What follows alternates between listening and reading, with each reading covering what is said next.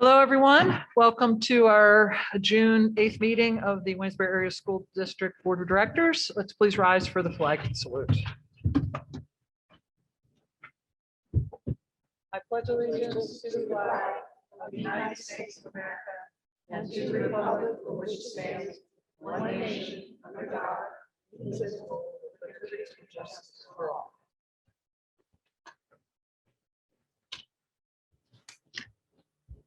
Okay, we have one on Zoom, Mrs. Kuzer, so let's just do a roll call, please. Okay. Mrs. Bigdell? Here. Mrs. Miles? Here. Mr. Wengert? Here. Dr. Royer? Here. Mrs. Strite? Here. Mrs. Zimmerman? Here. Mr. McDonald? Here. Mrs. Sullivan? Here. And Mrs. Harold? Here. Okay, and before we begin, I do want to just announce that we did have an executive session before we began our meeting today, dealing with personnel. Okay, on the agenda then, Dr. Klein, do we have any changes to the agenda? Okay, if not, do we have a motion to approve? So moved. Second. All those in favor, please say aye. Aye. Any opposed? Okay, on to the minutes. Same thing. Did anyone find any issues with the minutes from our last meeting? If not, can I have a motion? Second. All those in favor, please say aye. Aye. Any opposed? Thank you. Hey, Dr. Klein. All right, hopefully this is, one of the last reports of positive cases for the school year. We had one case, we didn't know, it was reported to us that we had a positive case last week, so it was one, it was a student at, so that one case last week, that was probably one of the. Oh, okay, sorry, I'm sorry. There we go. We had one positive case last week. Student, I believe it was Summit View, and that was it. So that would end our school year of reporting positive cases. And one other note, we set up with WellSpan a partnership on July 13th from 10 to 1 and 3 to 6 on, again, on July 13th in our, right now, it looks like we're going to be using the Early Learning Center. Early Learning Center where the pre-K is, our clinic, and maybe another room or two to offer families and teachers, anyone who would like to have the COVID vaccination. We'll have more information that we'll send out, but we do have those dates again. The first one would be July 13th. I think it's the Pfizer, but it's July 13th, 10 to 1, and then 3 to 6. And the second one would be Tuesday, August 3rd. The second vaccination would be Tuesday, August 3rd at the same times. So we're just trying to make them available if people want them. Okay, thank you. Okay, tonight, if we have anyone who would like to come up and speak for public comment, we just ask to give your name and your address and try to limit your comments to 5 minutes. Would anyone like to speak tonight addressing any issue? Hi, I'm Kay Fitz. I live in Blue Ridge Summit, and I'm here on behalf of the Waynesburg Daycare Center, where I'm the executive director. And I just want to start off by thanking Karen for speaking to some of our board members and talking about perhaps revisiting this transportation problem that we've been having. And then I'd like to thank Eric Holtzman for getting something together that the board can actually review. And Todd, I want to thank you for putting it on the agenda this evening. And the board, I'd like to thank everybody for taking the time to listen to this issue this evening. And I hope we can come to some amicable decision. Just a few facts. We do have 22 students right now slated to go to Fairview Elementary. We bought the 2 vans and that will only hold 16. So here we are, second year, needing at least a 3rd or 4th van, and we just can't fiscally do that. We have to have our budget in by the end of this month. And we have 22 families waiting to hear if they can keep their kids at Fairview Center. So I appreciate your discussion, and if you have any questions, I'll be here. Thank you for this evening. Thank you.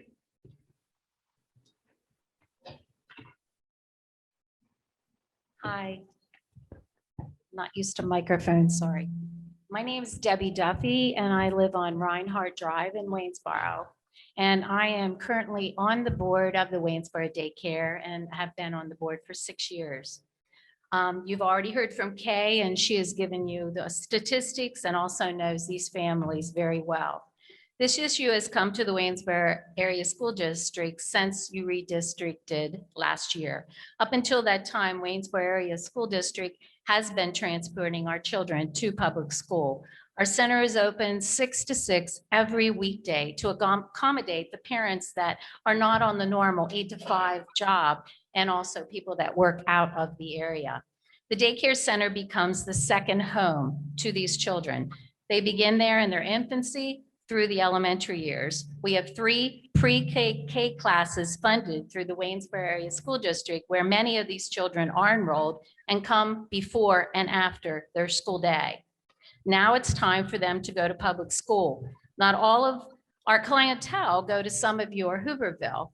Mainly they go to Fairview and Maury. For these families to find a childcare in their own home area is tough. Now we are adding stress to these already stressed families and uprooting children who may not have a consistent home life anyway. Another thought that I hate to think that maybe these children are staying home alone, becoming latchkey children.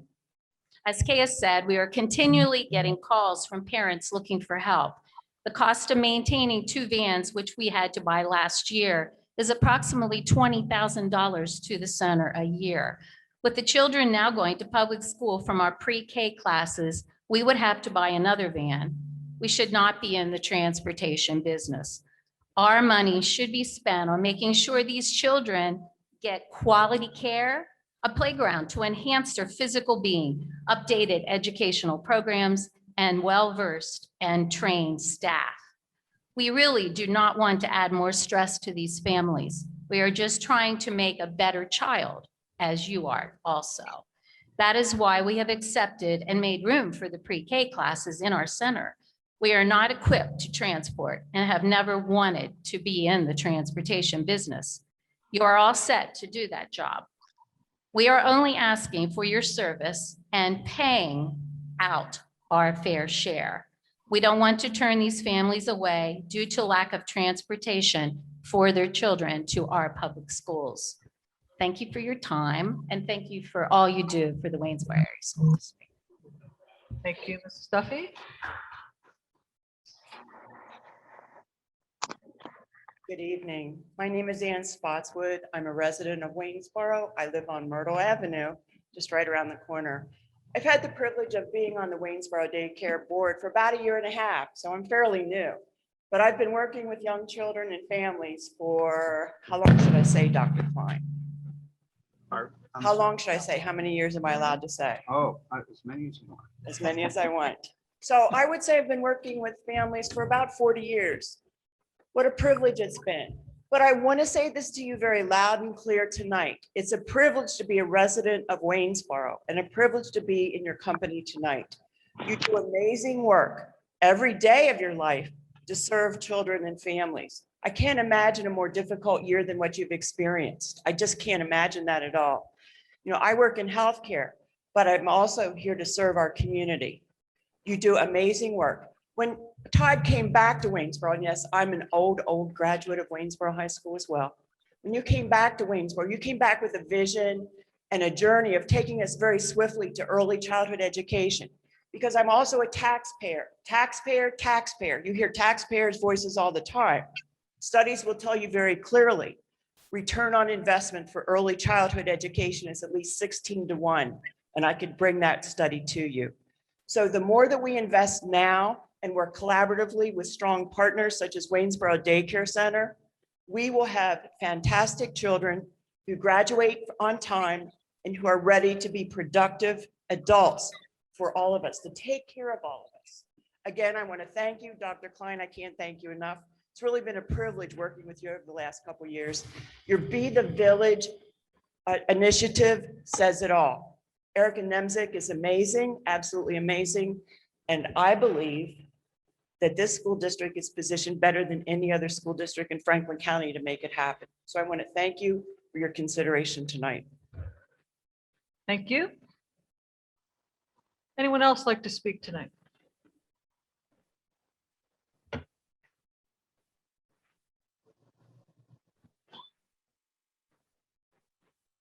Hello again. My name is Rebecca Sanders. I live on North Potomac Street. And I had the privilege of speaking with you all 2 weeks ago regarding the mask and vaccine mandates at Waynesboro schools. We, the parents, are here to fight alongside you for the freedom of choice in this regard. However, it is up to you, our school board, to vote on this matter. I applaud you all for opening our schools this past year when there were other local school districts who did not. You also chose to make graduation maskless. And that was great, but that was in the past, and we need to continue to move forward. There are no incentives for keeping kids in masks, and I'm talking about the scientific evidence, which will be addressed later, not the paycheck from the state or politics. We do all know that the mask and vaccine debate is political. It shouldn't be, and that's not why any of us are here. At the last meeting, it was stated that the decisions to make masks and vaccines optional are at the state level, and that the hands of the board are tied. We spoke with state officials and representatives, and we now know that this is not true. Our district will not lose funding due to lifting these mandates, and it is in your power to do so. A school district in Pennsylvania that is also aware of the harm of these mandates is Cumberland Valley School District in Mechanicsburg, which is one of the largest and best ranking schools in the state. Effective June 5th, they have made masking and vaccines optional for students and teachers. They are one of approximately 15 school districts in Pennsylvania to do so. Us as parents are showing up across the state and nation to demand that vaccines and masks be optional because we know that local, state, and federal elected officials are here to protect the rights of their constituents. That's it. Citizens deserve freedom of choice and informed consent without persuasion or condescension. This brings me to the topic of the vaccine clinic on school property that was mentioned at the last board meeting. I have a lot of questions about that. Where will this clinic be located? What are the hours of operation? Will students be coerced or incentivized to get the COVID vaccine in the same way that our media and political figures are bribing us adults? Will there be parental consent from both parents before a student is able to get a vaccine? I am aware that it is likely the state of Pennsylvania will make mask and vaccine optional at the end of this month. But forgive me for not having a ton of faith in this prediction. We have seen the goalpost move time and time again over the past 14 months. We want you to vote tonight to make masks and vaccines optional in Waynesboro, regardless of what the state decides, and we want this motion to be effective as soon as possible. These anti-scientific mandates and guidelines are not going to end at masks and vaccines. The academic agendas are going to be manipulated as well. We as residents and taxpayers need to know that we have elected officials who are representing our rights and not just following the state's whims. Today, I was able to reach out to one of the board members at Cumberland Valley School District. His name is Bud Schaffner. He was the individual who made the unlisted proposal to vote on the issue at the school board meeting at the end of May. And I would be happy to share more about that conversation after others have had a chance to speak. So thank you for your time. Okay, thank you. I would just like to clarify something about the last meeting. I'm thinking perhaps we had miscommunication on that, Ms. Sanders. We have things, we have flexibility. Again, a recommendation from the state, we don't have to follow necessarily. A mandate, we do.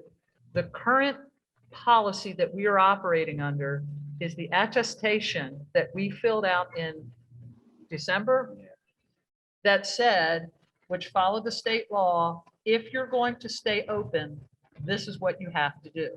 So that's when we said, we're going to have the mask mandate. Now, at this point, if it is optional from the state, as we stated at the last meeting, our intent right now is to make it optional. But again, you said something in your comment there about it's not the state law. It is the state law that we follow our attestation. Dr. Klein, you can correct me if I'm wrong. So that's what we were doing. Now, could we have reapplied and redone all that? We could have, but for a week we didn't see the the need to do that. So I just Yeah, want to clarify Okay, that. and The I attest- appreciate that. What, in the attestation, that's over, right? It That's was correct. over Yeah, August okay. 31st or May 31st. The group that we have to work through as school districts is the Joint Rapid Response Team. I contacted them because there was so much information out there. Is it required? Isn't it? Because one of the comments I had gotten about Cumberland Valley, that they approved that, but they were no longer in school when they approved it. They were out of school when they approved it. So that's what I was told. Now, when I contacted the state, they said we are still requiring it through June 28th. After that, it's no longer required. That was my understanding from the Joint Rapid Response Team. And again, that's what every school has to go through when we report all of our positive cases, and they advise districts. So with the Cumberland Valley School District having lifted this mandate on June 5th, do they not have summer schools that these kids don't have to wear these masks, but the state's still, I mean, I guess I'm a little bit confused there. I don't know, unless they did it without asking. And we They did ask. did. We tried to do everything the right way to make sure we were following, because when I called them, we were actually still under the attestation when I called the state. And that was what they had told me, that you have through June 28th that you're required to have it. However, adults, if they have been vaccinated, they don't have to wear them. So. Correct. So is that something that you would be requiring the staff to show proof of vaccination if that does get lifted by the state? No, actually, tonight it is on the agenda, and, and we're just recommending that we remove the mask recommendation at this point, because we don't plan to ask people. And our recommendation, at least from the last meeting, my recommendation is not to, we would give a choice, just like we did with the education this year to parents. We gave a choice of what they wanted. And we'll do the same thing but my recommendation to the board is do the same thing with vaccinations and with masks. Because if people do want to wear them, we're okay with that. There's no reason they shouldn't. Absolutely. Absolutely. So, and, but the vaccination, again, I'm not going to make that choice for parents. I don't feel it's my place. They should have that. Now, I will tell you, the state does require other vaccinations, but until they require it, we're not going to require it at this point. So, that's kind of where our standing is, and I know the board will approve that hopefully tonight. So one last question, for the children that are ineligible for the vaccine, are they required to wear masks? No, after the board votes tonight, we are asking that we are not asking about masks. We're not asking about vaccinations. It's a choice. Wonderful. Thank you. Good evening. My name is Clint Pence. I live on 14728 Honadale Road. I didn't make it till the last one. I wanted to talk about how the disease is spread and also the effectiveness of masks and different protective measures that we take against the virus. So all the things I'm saying is a result of my own personal research. It's not affiliated with any organization. I have a 5-year-old that's going to start kindergarten this year at Fairview. The two things I want to talk about are the way that the virus is spread primarily, and also the effectiveness of masks. So the COVID-19 or SARS-CoV-2 viron is approximately 0.125 microns or micrometers in size. The primary method of spread are micro droplets. Those are 0.6 to 15 microns. Those things float around in the air, especially in poorly ventilated areas, and they can float for 20 minutes or so. The best type of protection is an N95 that's properly fitted, or a PAPR, which are those like space hoods you see people wearing that have a HEPA filter and it's powered air through the hood. When I say properly fitted N95, you have to be trained to fit test for N95. So you put on N95 and the tester kind of takes a sugary like vapor and waves it in front of you. And if you taste it, you failed. So if you go to Lowe's and buy an N95, it's probably not going to protect you. Surgical masks are the next best. They provide protection between 0.3 and 10 microns. So they do provide some protection, which is why most healthcare facilities require a surgical mask. Now, they have to fit to the face correctly, no gaps where vapors can escape. The worst are cloth masks, which mostly kids wear. So cloth masks they protect between 80 and 500 microns. So virtually no protection for anybody. So I just wanted to share that information. Is there any questions I can answer? Thank you. Thank you. Anyone else?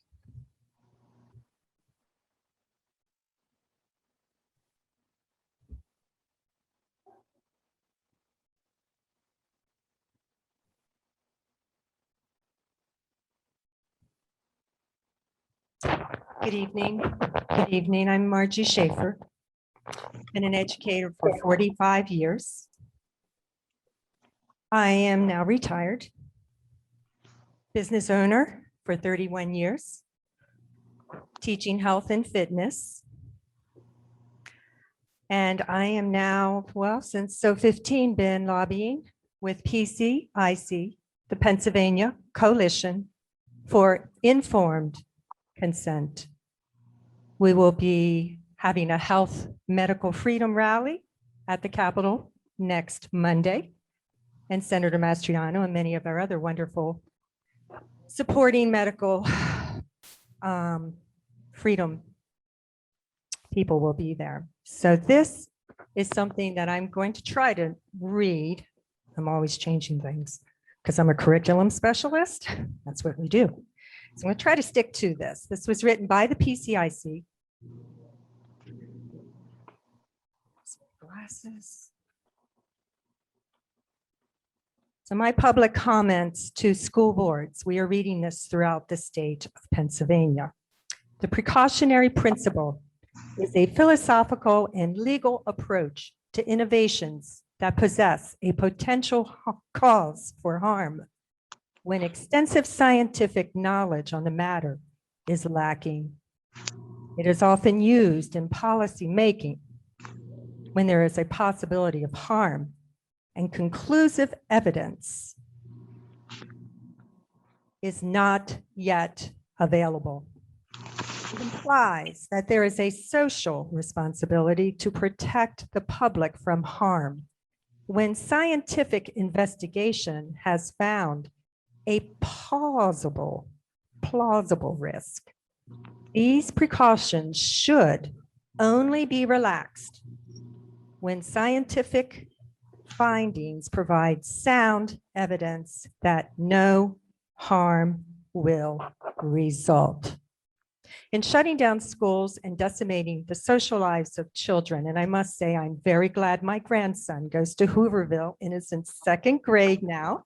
I have a 3-month-old too. They both live with me, his grandparents. I applaud you for having the schools open 5 days a week. His friends that go to Fairfield 2 days a week, the change in their behavior has been very evident, so much so that it's hard to get them together anymore. So in shutting down schools and decimating the social lives of children, policymakers rashly abandoned this sound principle, instead thrusting children into known scientific proven harm. It's well documented that social health directly impacts mental and physical health, and a traumatic disruption of social constructs, schools, sports, church, family gatherings has devastating effects, especially on children and teens. Our youth were already suffering epidemic levels of depression, anxiety, addiction, eating disorders, and suicide. Yet policymakers, even yourselves as school board members around the state, choose to exacerbate this devastation on children's mental health, even when there is no evidence that returning to normal would pose a risk to them or anyone else. And even as all evidence continued and to this day shows COVID-19 to pose nearly zero harm to children, those charged with protecting our children choose harmful and abusive policies, and this must stop immediately, such as these vaccine clinics. That is a crossover of scope of practice. I'm also a law consultant for the massage field. Not that that means anything here. Your abandonment of the precautionary principle with regard to our children's health has caused catastrophic consequences that will span generations. And this is why this vaccine clinic stuff's got me really, really nervous. The definition of abuse is a non-accidental action which causes or creates a substantial risk of physical or emotional injury to a child. Your policies fit this definition by having a vaccine, which is experimental use only. You have violated social, ethical, and professional contracts to keep our children safe, and instead used your position to not only cast children directly into harm using the classic abuse tactics of psychological manipulation and emotional blackmail. My grandson says, Memu, who is what he calls me, Memu, I wish I could go back to kindergarten where things were normal before COVID. It just breaks my heart. And now it gets worse, moving beyond this first stage of abuse to an unthinkable act of irreversible harm by promoting, coercing, and further manipulating children to become subjects of massive medical experimentation, using our tax-funded facilities and staff to inject healthy, risk-free children with a risky, unproven pharmaceutical product. No one has an idea whether these shots can cause infertility or cancer. And as at least 4 of you know on the board, our first has died of cancer in 2002, going into his senior year in high school. I have lived this loss. Once that experimental shot is injected, there is no undoing it. This was written May 3rd, 21. Since the original writing of these comments just 3 days ago, 2 teens have reportedly died as a result of the experimental COVID injections. Oh gosh, let's see where we go here. I'm almost done. We demand you immediately halt all COVID vaccine, COVID-19 related restrictions on children within our public school system and prohibit any further promotion. Please, no further promotion of any medical interventions, especially those which are experimental. If the teachers' union will not comply with these demands, we urge all of our big-hearted, child-loving teachers to withdraw from these extortionist unions. If a school teacher is fearful of their workplace, then we suggest they follow an alternative career path rather than insist on the use of practices that harm children. You have been entrusted with overseeing the education of our children, and that is all. The uninhibited promotion of pharmaceutical products within our schools is an appropriate abuse of power and may even qualify as providing medical advice without a license. This must end now. And Dr. Klein, you might remember 3 years ago when you started the first vaccine clinic, you would not meet with me. You said, drop off your materials to my office, and you would not meet with me. And I really feel unhappy about that. Thank you. Okay, do we have anybody else who would like to speak today?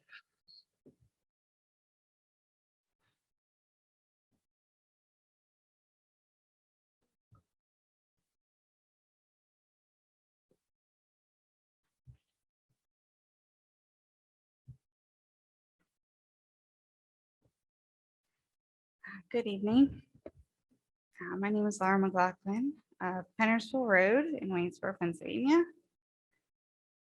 I am a parent of 2 Waynesboro students, one at Hooverville and one at the middle school. I was born and raised in this town.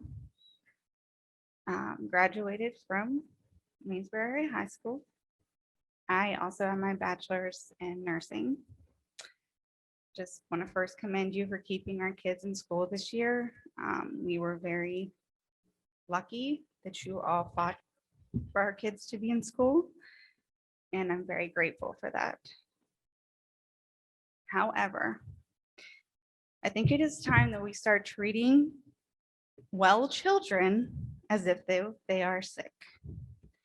We are making our children cover their beautiful faces for 8+ hours for something that's no harm to them. In the last year, we've learned that asymptomatic carriers do not spread the virus. There are multiple studies that have proven this. This is something that has been a falsity. And I have a study that was in a respiratory medicine journal in 2020 that concludes that infectivity of some asymptomatic SARS-CoV-2 carriers might be weak. This is what we are basing these mask mandates off of is that our kids are walking around as little asymptomatic carriers, which is just not true. Furthermore, we are affecting our children's physical and mental health by forcing these mandates. I have another study that was done in Germany in October of 2020 on 25,930 children. It involved 20,353 parents. The publication report results from the parents who entered the data. Like I said, it was on 25,930 children. The average wearing time in the mask was 270 minutes per day. The impairments that they reported that were caused by wearing the masks were irritability, 60% of the children, headache, 53% of the children, difficulty concentrating, 50%, less happiness, 49%, reluctant to go to school or kindergarten, 44%, malaise, 42%, impaired learning, 38%, and drowsiness or fatigue, 37%. Are you okay with this? 49% less happiness. This is not okay. Our children are suffering from having to wear this cloth over their face every day. At this point, we have also most likely reached herd immunity. And it's being proven by multiple studies now that even a mild case of COVID could give you lifelong antibodies. There was another study that was published in Science News on May 24th, 2021 that states the antibody levels in blood in COVID-19 participants dropped quickly in the first few months after infection, and then mostly leveled off with some antibodies detectable even 11 months after infection. But 15 of the 19 bone marrow samples from people who had COVID-19 contained antibody producing cells specifically targeting the virus that causes COVID-19. Such cells could still be found 4 months later in 5 people who came back to provide a second bone marrow sample. These cells are not dividing, they are inactive, just sitting in the bone marrow and secreting antibodies. They have been doing this ever since the infection resolved and will continue doing that indefinitely. So the need for mass vaccination is a lie. Our children have received natural immunity and will continue to do so even from mild infections. With that being said, let's trust our God-given immune system and rest assured that those who have been infected and vaccinated are immune to this virus and that the risk for serious infection from this virus has been mitigated.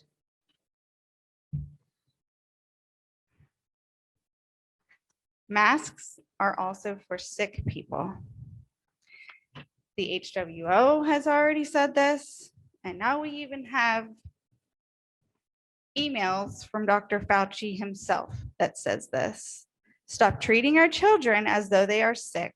Stop teaching them to live in fear of their friends. Thank you for listening. I know you will make the right decision. We will be back. Thank you. Okay, thank you. Anyone else today?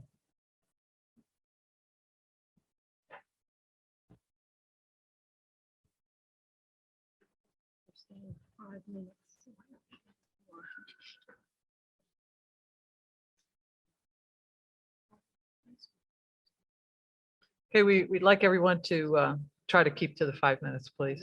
Okay. I appreciate the opportunity to be here tonight. My name is Cassandra Ward. I live on Homewood Avenue. What I really want to stress are the personal facts. Everyone has a different story. What's good for one may not be good for another. We're asking that our children have the right to breathe freely. Our children have been in schools with a mandate in effect until June 28th. even after schools have been let out. We have been asked to trust the PA Department of Health and Department of Education, and we can't do that anymore. The CDC guidelines said no needs for masks even outside, whatever that's worth, because that's been how long ago? Our kids are still being made to wear them inside and outside for school functions. Why? Those measures have been lifted a long time ago. And I don't care if it was a week or a month, the school mandate should have been updated to reflect that. This should have been done immediately. New contracts should have been brought up if necessary. We should not have subjected them to this useless rule any longer than absolutely necessary. And for most of us, that day was April of last year. We've seen the science all along. A lot of us were called conspiracy theorists or dumb or nuts, but it's been there. And nobody wanted to see it until these few institutions decided to come out and say, oh yeah, it's right, it's true. It's right there in front of you. Why not trust the science until it's a government paid scientist that's saying it? We should not have come down to money and dollars and cents. It was supposed to be about education and about health. We know that they put it in to effect that they could have taken your state funding. Let them try. You know what that would do? Let them try. We've been told by our reps, like we were told at the last meeting, call your reps and ask. We did. They told us it was a falsity. It was a fear tactic, and we know how well things run under fear. The local residents, the local business owners, the local taxpayers, they all matter. It's about balancing needs over wants. We hear that at almost every meeting. And for us, this is a need.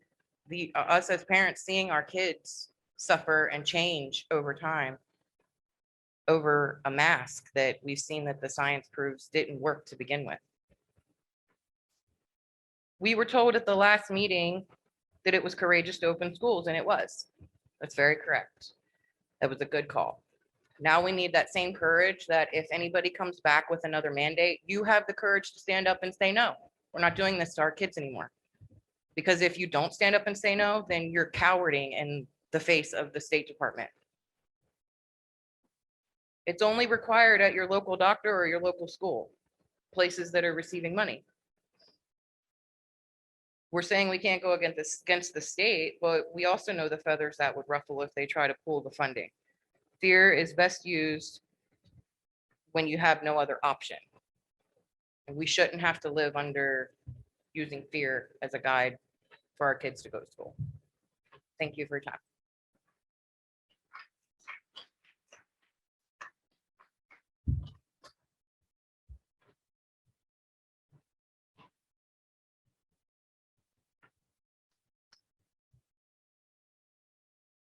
Okay, Ms. Pence. Yes. I'm This going is to gonna be ask, Very quick. yeah, unless it's, we'll let you speak, but then anything else about masks, if it's a similar vein that you guys are speaking with, we're going to move on to something else. So go ahead. And give your name and address again. I'm sorry. I'm Sarahpence. I live on Honadell out here in Waynesboro. I was able to speak with you last meeting. And again, my thoughts are my own, not any affiliation with where I work.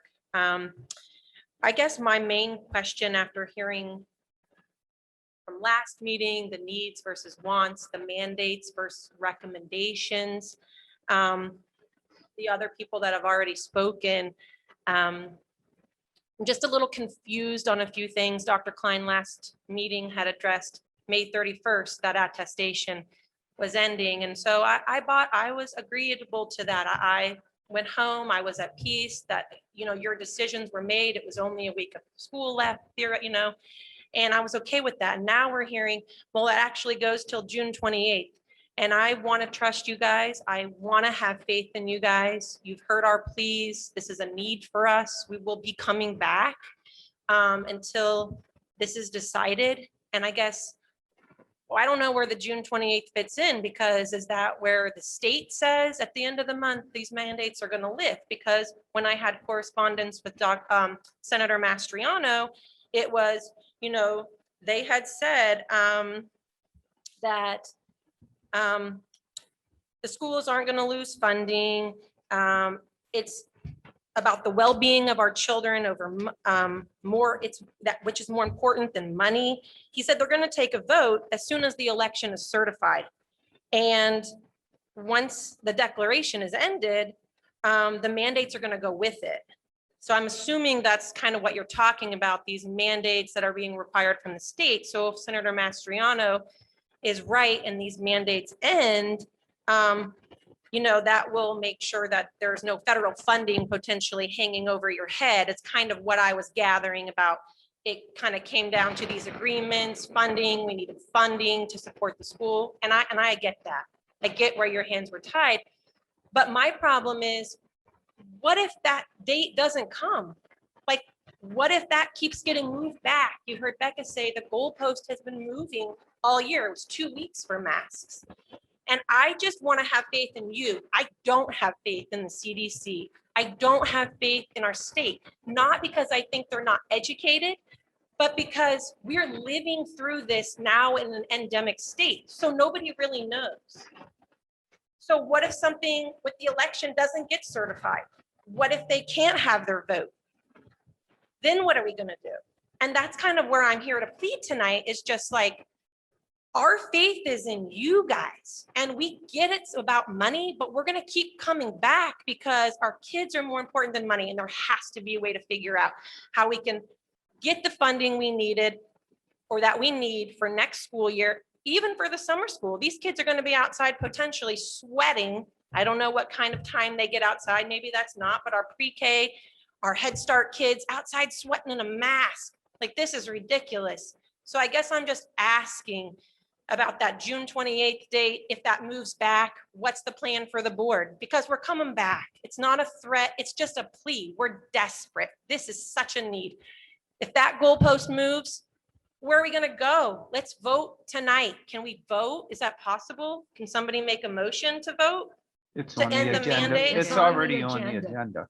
And that's fine, but are there going to be any like stipulations that, okay, are these kids going to be segregated? I know you've already said it's optional, but if there's a vaccine clinic or some kids don't wear masks, or if there's any incentives, I guess, will there be any incentives or stipulations tied to that vote? Because I don't want to hear my 5-year-old come to me and say, I don't have to wear a mask, but now I might have to, you know, or get a letter that I might have to wear a mask if our numbers go back up if I don't get a vaccine. Well, I've already had COVID and recovered.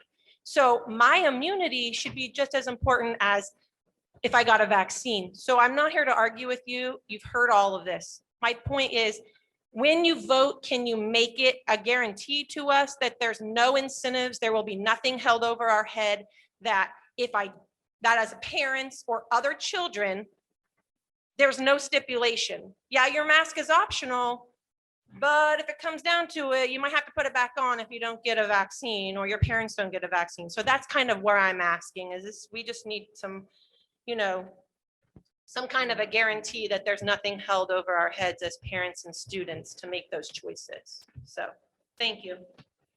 Okay, thank you.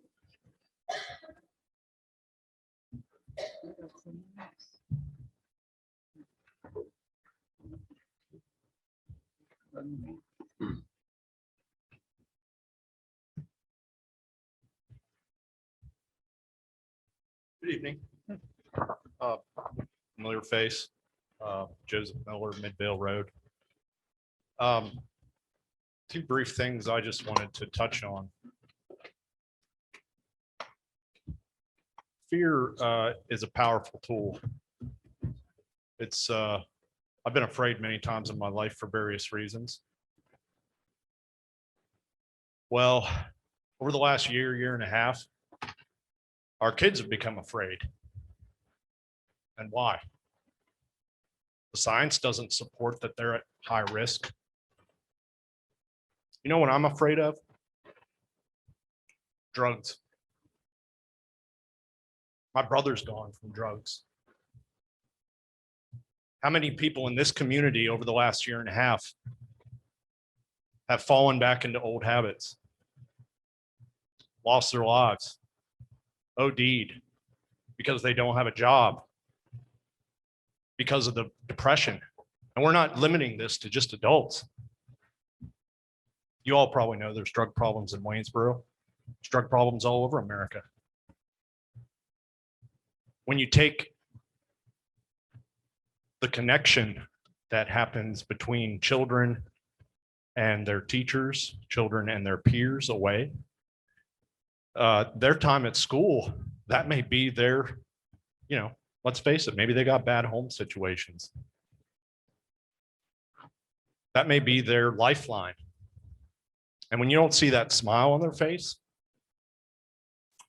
if they're athletes and that's how they outlet their feelings and work through their problems, but they can't run with a mask on. I can't run with a mask on. We don't know what the effects, the long-term damage from the last year and a half is going to be on our children. I can only begin to guess. But that's what I'm afraid of. I'm afraid of skyrocketing suicide rates, increasing homeless rates, which again is not limited to just children or just to adults. We have kids in our district that don't have a place to put their head. And again, by continuing to just make it all about money, as many have commented, and not drawing a line in the sand, well, you're beholden to whatever they decide, right? And I think the community is behind you to make the right decision.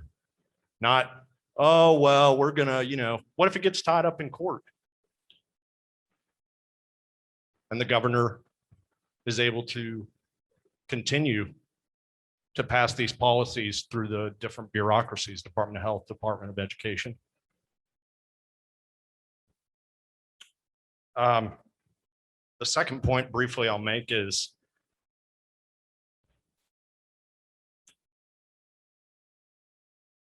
if you've ever worked in construction, there's so many things you're exposed to. If you've ever worked in an attic with a full face respirator on, it's extremely dangerous. If you're working around asbestos, insulation, bat guano, which can carry a lot of diseases and things. But the point is not to be afraid. So there's no science to back, as we're starting to see, has been said many times, to require kids to have a face mask while they're out in open air. It's ridiculous. It's not based on science. It's based on fear. And I would ask the board to just consider drawing another line in the sand. And I appreciate the courage you've shown to this point. Okay, again, we appreciate everybody's feelings on the mask issue, but I will end that discussion for tonight. Come back again another week if you'd like. Does anyone have a desire to speak on any other topic pertaining to school issues? Okay, if not, then we're going to move on. And the next point we're going to talk about is board reports. Does any committee have any report to give since our last meeting? Policy is on June 30th. Okay. At 1 p.m. Okay. Anybody else? Dr. Dudley? I don't know what it is. I believe academics on the 23rd. 23rd, okay, 23rd. But that might be subject to change. Okay. So tentatively, we're going to say it's on the 23rd. Anybody else? Okay, if not, summertime is here and we'll get back into full swing here as summer progresses. Okay, now time for the spring award ceremony. Mr. McLaughlin. Not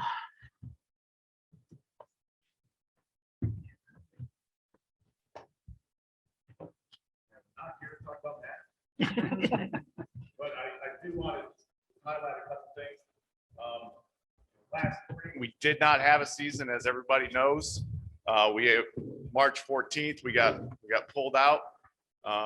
We missed out on a lot of things last year. Our kids, our athletes, our teachers, our parents, everybody missed out on a lot of things. Greg Chandler coached for 35 years, and his last game he coached here was a scrimmage. And we beat Redland in that scrimmage, so they were defending state champions. So we'll kind of put them out as a defending state championship. There we go. So, but this whole year has been crazy, and this was the first season that was close to normal. We got a full season in for everybody. We weren't able to get a full season in for fall or winter, but we were able to get a full season in for spring. We did have some masks out there. Again, I want to thank the school board.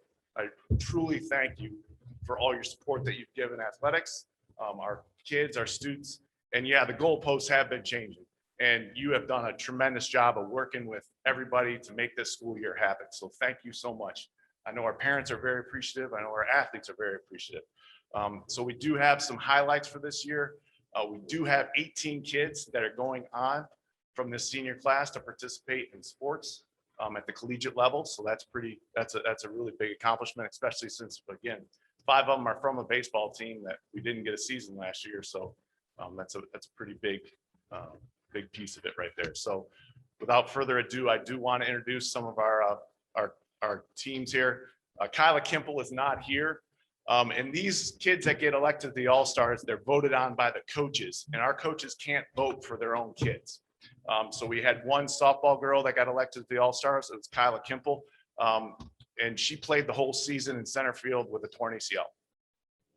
It was pretty impressive. So she partially tore it during field hockey season, and then she fully did it during the winter.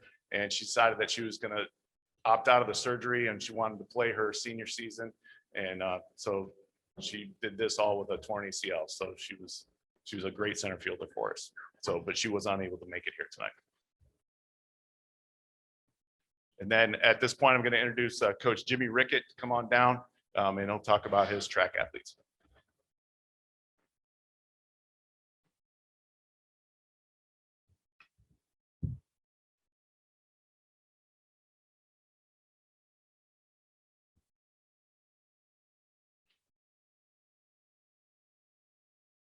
Good evening, everyone. As Eric was saying, this whole year was rough. The situation that everybody was put in was unexpected, but yet kind of necessary to some degree. The season that we had, not knowing the situation going into it, PIAA at least came through and allowed the athletes in our state to compete without wearing a mask. That, in my opinion, not only was a benefit, but also a safety concern that I'm thankful that they allowed to not wear them. With that being said, the girls team went 3-1-1 in my first year as a head coach. This is my 27th year of coaching. Unfortunately, did not have last year, but with this season coming in, girls going 3-1-1, it was probably one of the most successful seasons we've had in roughly 10 years. The numbers were down, kind of to be expected. The boys, they struggled. We had some issues. We dealt with a lot of quarantine and some other issues. They went 1-4, but with that being said, we still had a lot of good performances. Basically, these 4 individuals back here. I'm missing one of my young ladies who was part of the 4x1 team. Right here is a sophomore, will be a junior. Krieger is a freshman.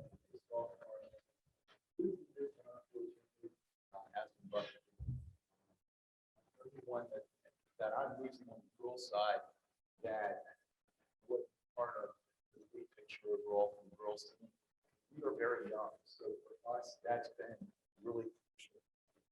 We're hoping to get more athletes out to encourage all the kids to come out. I just noticed here, qualified for the 800 head districts. We will qualify for about 1 relay. I can't remember a 4x1 team from Waynesboro qualifying. It's been, I think, since the record-breaking year.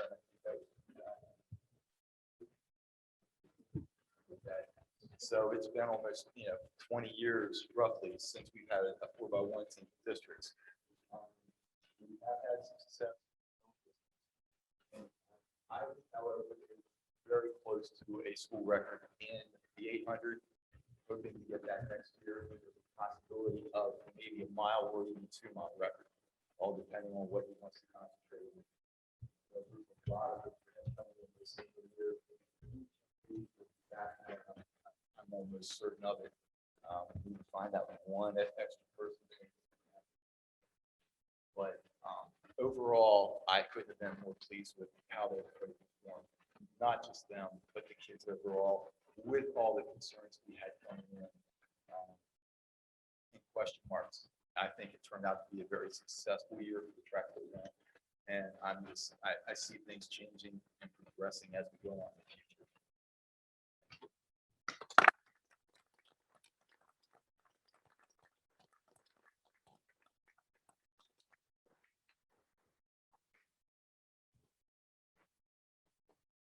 Coach Travis Hardin.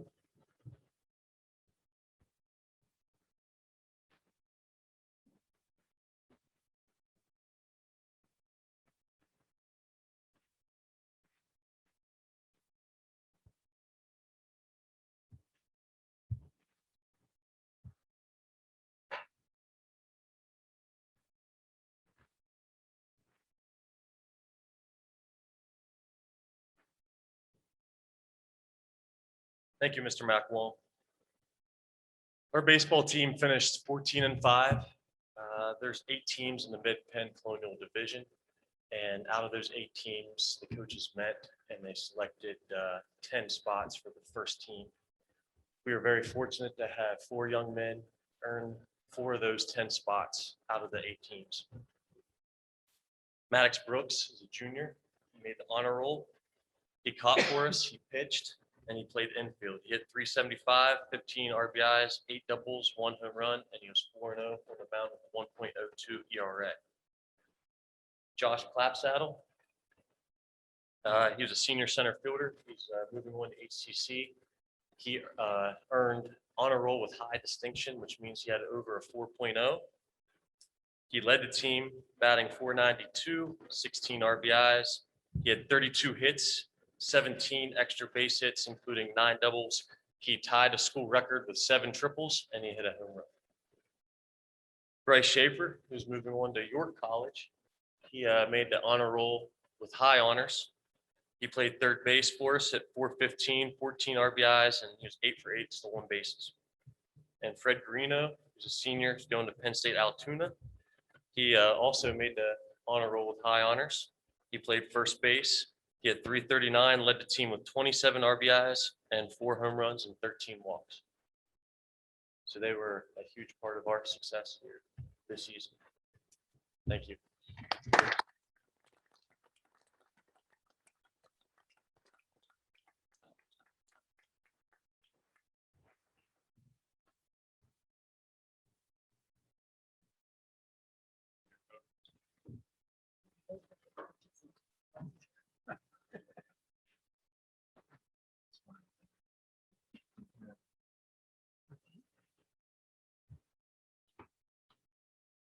All right, and our last young lady is not able to be here, but this was actually from the winter because we weren't able to get it in the last one.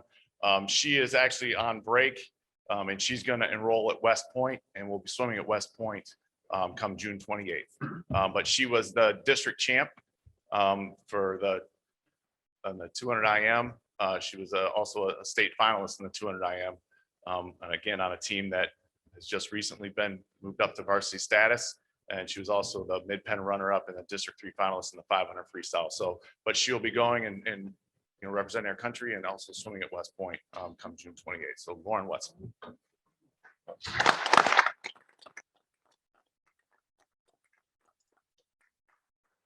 Again, that's all I have for athletics. But again, thank you very much. Greatly appreciate everything you guys do for us.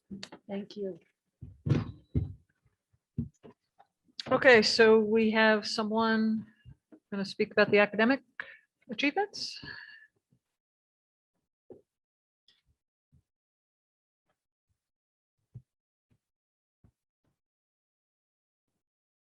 I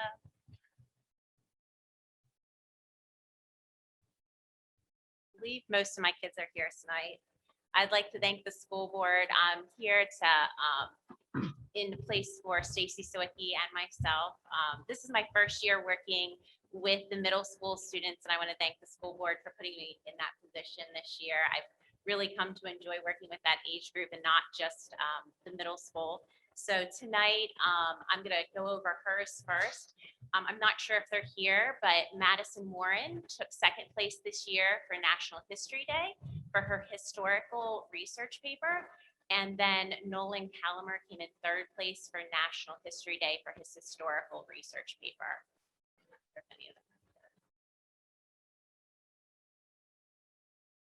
And then most of my students are here. So for our regional science Olympiad, we had a couple placers. We had first place, Gabby Strasser, who is not here, but Nevaeh DeBrick is here tonight. So Nevaeh and Gabby came in first place regionally in Science Olympiad in heredity. If they'd like to come down, if Nevaeh would. And so Science Olympiad, just to give you a little bit of a background for regionals, out of 63 teams, our regional competition then, these ladies, and then also if Kyle and Jaden want to come down second place, they took in Crime Busters. These guys helped catapult our team out of the 63 teams in the region. The top 10 get to go on to states, and we just squeaked by. We were 10th place. And so got to go on the states, which brings down Gavin Rhodes and Josh Weber, who then took 5th place in our state competition in Boom Lever. And so Boom Lever, just for some of you guys, I thought this was pretty cool. Boom Lever is a structure that is mounted on a wall, and its goal is to hold, it's to be the lightest structure to hold the most weight. And these guys in 5th place in the state had a structure that only weighed 14.6 grams, but held over 5,000 grams in sand. So it was a pretty awesome job for these guys. So I'll give them the Science Olympiad team their stuff before I move on to my other.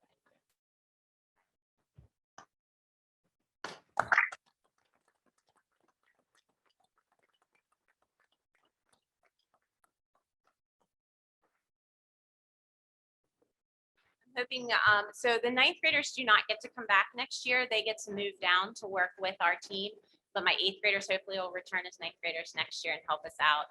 And hopefully we'll get a chance to go to states again next year. Aiden Hess, if he wants to come down, he took first place regionally here for the PA Media and Design competition for his logo and graphic design this year. And then that allowed him to move into our state competition, in which he took first place there as well, which is awesome. I don't believe we've had any students in Waynesboro that have ever taken states in the PA Media and Design competition in any category. And what is awesome about that, Aiden, is that's actually like the top, I would call like the top winning for the PA Media and Design. There's a lot of categories, but what's really special about the logo and design competition is his logo is going to be on all the mailings, on all the banners, on all the media, because that's what it's designed for. So awesome job for Aiden. And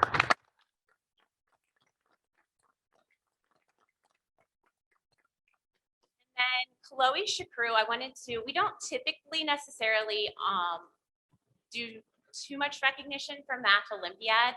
But I felt it was really important to honor Chloe this year. Our Math Olympiad competition is 5 tests or 5 competitions. There's 5 questions on each test over 5 months. Ranked in the top 2% in the nation, and that's out of over 30,000 competitors. And not only did she do it this year, but she did it last year as well. So out of 25 questions this year, she got 22 of those correct. And last year, she actually got 23 correct as a 5th grader. So she's competing. I'm not gonna it's up through 6th grade. So she did take 6th grade questions this year. So I'm actually even more super proud of her as last year getting 23 correct as a 5th grader. So really, I think we should honor her even more for last year, even though we didn't get to last year. So really that's what is, I think, really awesome.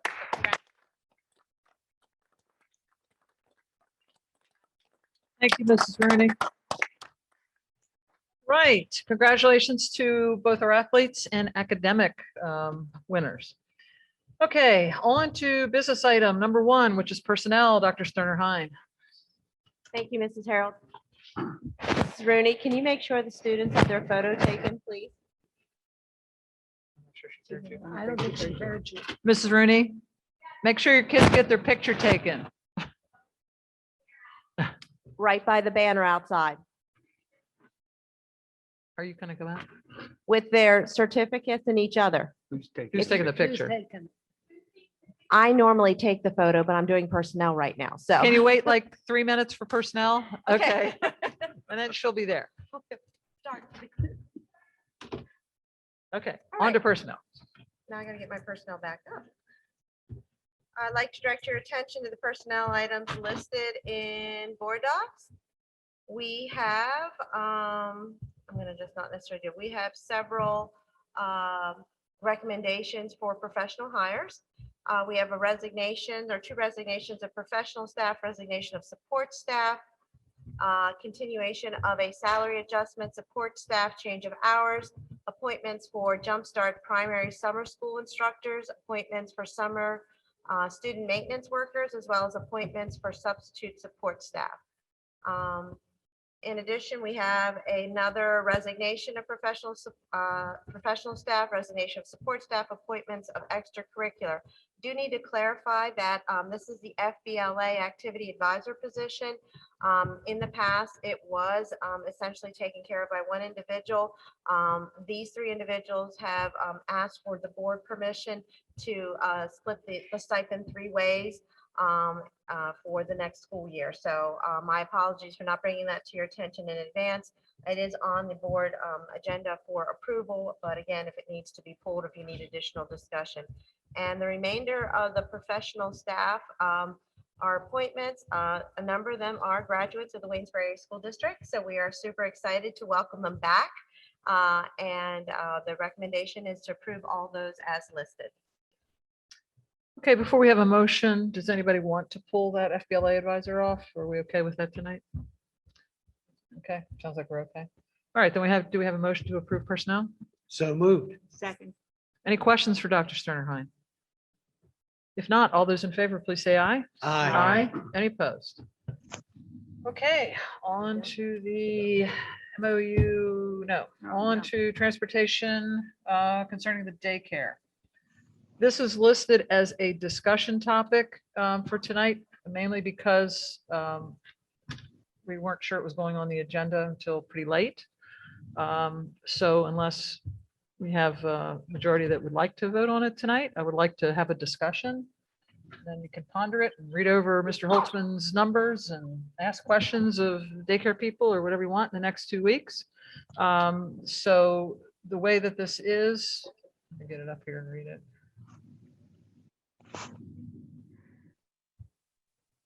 Okay, so we don't have any documentation on it. Dr. Roy, would you like to kind of summarize what we're looking for here? Yeah, I apologize. I thought we were putting it on as a discuss and act. I had asked along with myself, Patty and Cindy, that for the members, that's traditionally what we do is bring people and have it on the agenda. One of the concerns that we had is that these families are waiting, and if the district isn't willing to support the transportation, and we're gonna have to tell families we're gonna have to look for something else, and we're concerned that the next meeting takes us into almost into July, and we're concerned about that amount of time. I get, I felt that, I don't know, Eric, if you want to, I mean, it's basically one number and two different plans. I mean, I maybe if you can explain what the daycare did was the daycare, Eric approached Kay, the director, and Missy Bear, I believe you guys had a Zoom meeting to talk about what the daycare was asking for, and then you put a proposal together based on mileage and drivers as to what you would charge the daycare to transport those 22 students to Fairview. Correct. I'd received a request to take a look at what the potential options would be for transporting students from Waynesboro Daycare to Fairview. Initially, there was some discussion about Maui, but that just is really quite not feasible under the current situation, or it becomes a little bit more complicated. So we have currently 3 vehicles, 3 buses, that is, that service Fairview. We used to have 4, but as part of the attendance zone changes and we became a little bit more efficient on some of our bus routing, and we're down to 3 of them. 1 bus doesn't really work for that because of where their route is, more so in the western part of the attendance zone. So going out towards the Zollinger area and such. But the other 2 with some additional mileage could go ahead and pick up students, and that's bus 11 or bus 13. The cost for both of them is relatively similar. I would always say that they're estimated because the buses can change each year, the routes can change a little bit each year, but the amounts themselves probably won't change too much, but I can't give somebody an exact dollar. So we did look at those options. Both buses, what we can see currently today, would both have capacity. It would push them closer to the levels of their capacity, but they both do have capacity on the bus. I mean, that's again, typically with a 72 passenger bus at the elementary level, we would run up to 72 students on that bus, just as an FYI. But that's not abnormal. We would typically do that anyway, if the route makes sense. So again, we have an estimated pickup time for both is about 7:40, and then they would continue on their route as they come into the attendance zone and pick up the students. And then in the afternoon, they would actually be the first off, and then it would continue on the route. It just made the most sense from the way the routes were set up. The cost for both is about $5,100 to $5,800. I'm rounding those for either one. And then we do receive Give a me bit those of a again here. reimbursement. What are the numbers? Sure, I'm sorry. It's about, one is about, I'm going to round the numbers, about $5,100 for the one and about $5,800 for the other one.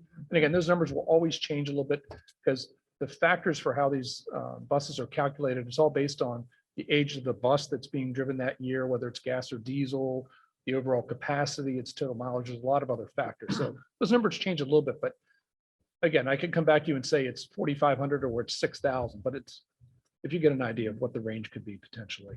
And then we do receive some reimbursement from the state. Overall, last year, we received about 54%. It varies year by year on multiple of other sets of factors, again, depending on our wealth as a district compared to other school districts and some other factors. But I always typically say a good time is about 50% is what we would receive on reimbursement from the state. So it would be 50% of those costs we would actually get back from the state. Okay. So I don't know if I kind of summarized or hit the high notes. And certainly, Mrs. Harold, if the board feels that, they need more time, obviously that's more, what I'm saying, more important. It's just the issue is, the daycare really, and again, with full transparency, you all know that I'm, president of the daycare board. We really did try, when the situation happened last year that we were not able to get transportation, we did secure funding and grant funding for 2 buses. And those 2 buses, at this point, we need to go to Maui. So if we were to transport, the buses only hold 8 students. So we really worked hard to try to see about making 2 runs to Fairview and 2 runs to Maui, but it just isn't feasible. It's not good for these kids to get there sliding under the bell or to get there late. It's just too stressful. So, I think we're out of solutions. We can't, right now, we're looking at $20,000 to run the 2 vans. Correct, Mrs. Betts, to run the 2 vans, which, we've had to, raise some rates and, in order to accomplish that. I think the biggest thing is that we, as it being the largest center, okay, what's our total enrollment right now? 151, and we have how many on a waiting list? 40. Yeah, and so if we can't get these kids to school, it's pretty much going to cripple us in order to serve these students. And the thing, one of the things that impacts this is the change in the attendance boundaries by not allowing students to pick where their babysitters are. A lot of students that use home daycares, those home daycares aren't available to them anymore. So they're having to look for centers that can take them. And a lot of them need that 6 a.m. That 6 a.m. time slot. So we're grateful for anything that the district is willing to do. Eric, I guess my question is that this is an already existing bus that runs, correct? That would just make an additional stop. That is correct. So we're not asking for any additional, it's not an additional bus or an additional bus route or an No, it's additional just driver. Right, it's just the addition of mileage on existing buses. And under this scenario, again, if you remember in the past, when we used to do shuttles between the different schools, we lost a lot of instructional time as part of that process. It was just the nature of how that had to work. Under this scenario, you don't lose instructional time because you're picking the students up early enough to get them to school on time and vice versa at the end of the day. So this would not have a separate dismissal time or a separate arrival time. But it would increase, if I recall from your email, it would increase the amount of time that some students ride the bus. It would both. I think both scenarios, I'm looking back here on my notes, I think both are about 15 minutes, more so in the afternoon than in the morning. The afternoon traffic is just a little heavier in the afternoons trying to get out of, especially trying to get out of Fairview and get across town. But yeah, so it would be a little bit more time for that route, certainly. Yeah. Okay. Any questions or discussion or things you would like to know, board members? Yeah, I have a question. I'm very sympathetic to the daycare center. I am, because I know how great care they provide. I know their program. I know a lot of parents that are involved there. But my question is kind of just a fairness question, and I need to know this. And that is, how would a decision to help the Waynesboro daycare impact other daycares in the town? That's what I don't have an answer to that. Yeah. One of the reasons I feel like we should not vote on it tonight is to answer that question. I don't know that any other daycares would even know this was, because it was put on the agenda so late, they wouldn't even know it's on here. And I kind of feel like they should have a say, you know, if somehow they could be accommodated with a similar type thing, or maybe they don't need it because they got vans. I don't know either. I And have that no was a idea. concern that I had as well. Actually, that is my concern as well, that we do need to investigate that before Okay, all we right. actually do vote on And it it. sounds as if we're not prepared to act on this tonight. Unless it's the will of the board to, I mean, somebody could make a How would motion. you have- And I totally get the concern. I totally do. I guess, you know, in my perspective, and I'm just gonna, you know, I feel that if another daycare center, I mean, we're certainly not trying to hide anything. I mean, certainly if another daycare center was in need of this and wanted to approach the district. I mean, we came to the district because we were, I guess, the group that met last year was said, you know, can we come up with something else that's a solution? So it's a contracted service. I would certainly hope that if another daycare approached the district and we were able to provide it for them, we would as well. I mean, Noah's Ark did come to us last year with this same problem. And they. And we said no. And we said no, and they bought another vehicle at the time. My concern is if another daycare comes to us and asks for help, then do we have enough room on the buses to help them? If we help one, we should always be willing to help all the others, treat everyone the same. That's a concern I have. well, and I absolutely totally agree with that, Bonnie. I mean, I guess there's just, in some things, you can't really you can't always answer the what ifs. You know, I mean, I don't know that we can, you know, answer that. The only thing that we can answer is that we can't get these kids to school. And I do feel we made a good faith effort in buying 2 vans. You know, we weren't anticipating, I don't think, to have the growth for these school age programs that we've had. I think it's a good question, Pat. I just don't know how you answer it. Well, I would hope that this would get out. The other daycares would know this is being discussed. So if they wanted to have a request or give any input within the next 2 weeks, they could do that. Okay. We'd certainly listen to them, you know, Okay. as well. And, you know, hopefully everybody can be accommodated, you know, whatever way. So we would can the help. board feel better if the other daycares were, I'm just throwing this out, were contacted and weren't in need of this service? I mean, is that what it would take for the board to feel comfortable? I think that's a good suggestion. I just don't want them to say, well, we thought this was a done deal. We bought our van. Now this is coming up. If we knew this was coming up, then maybe we went, you know, I just want to make sure all our bases are covered. That's how they came to us last year, because they thought we were Asking going. if we could pay for the transportation. Well, Yeah. and as I said, when we bought 2 vans, I don't think we ever thought we'd need more. Mhm. You know, and when Mrs., when Kay came to us and said we need to buy a third van, we were like, we just can't, we just can't do this. So we thought 2 vans would cover it. I don't think we anticipated being in this situation,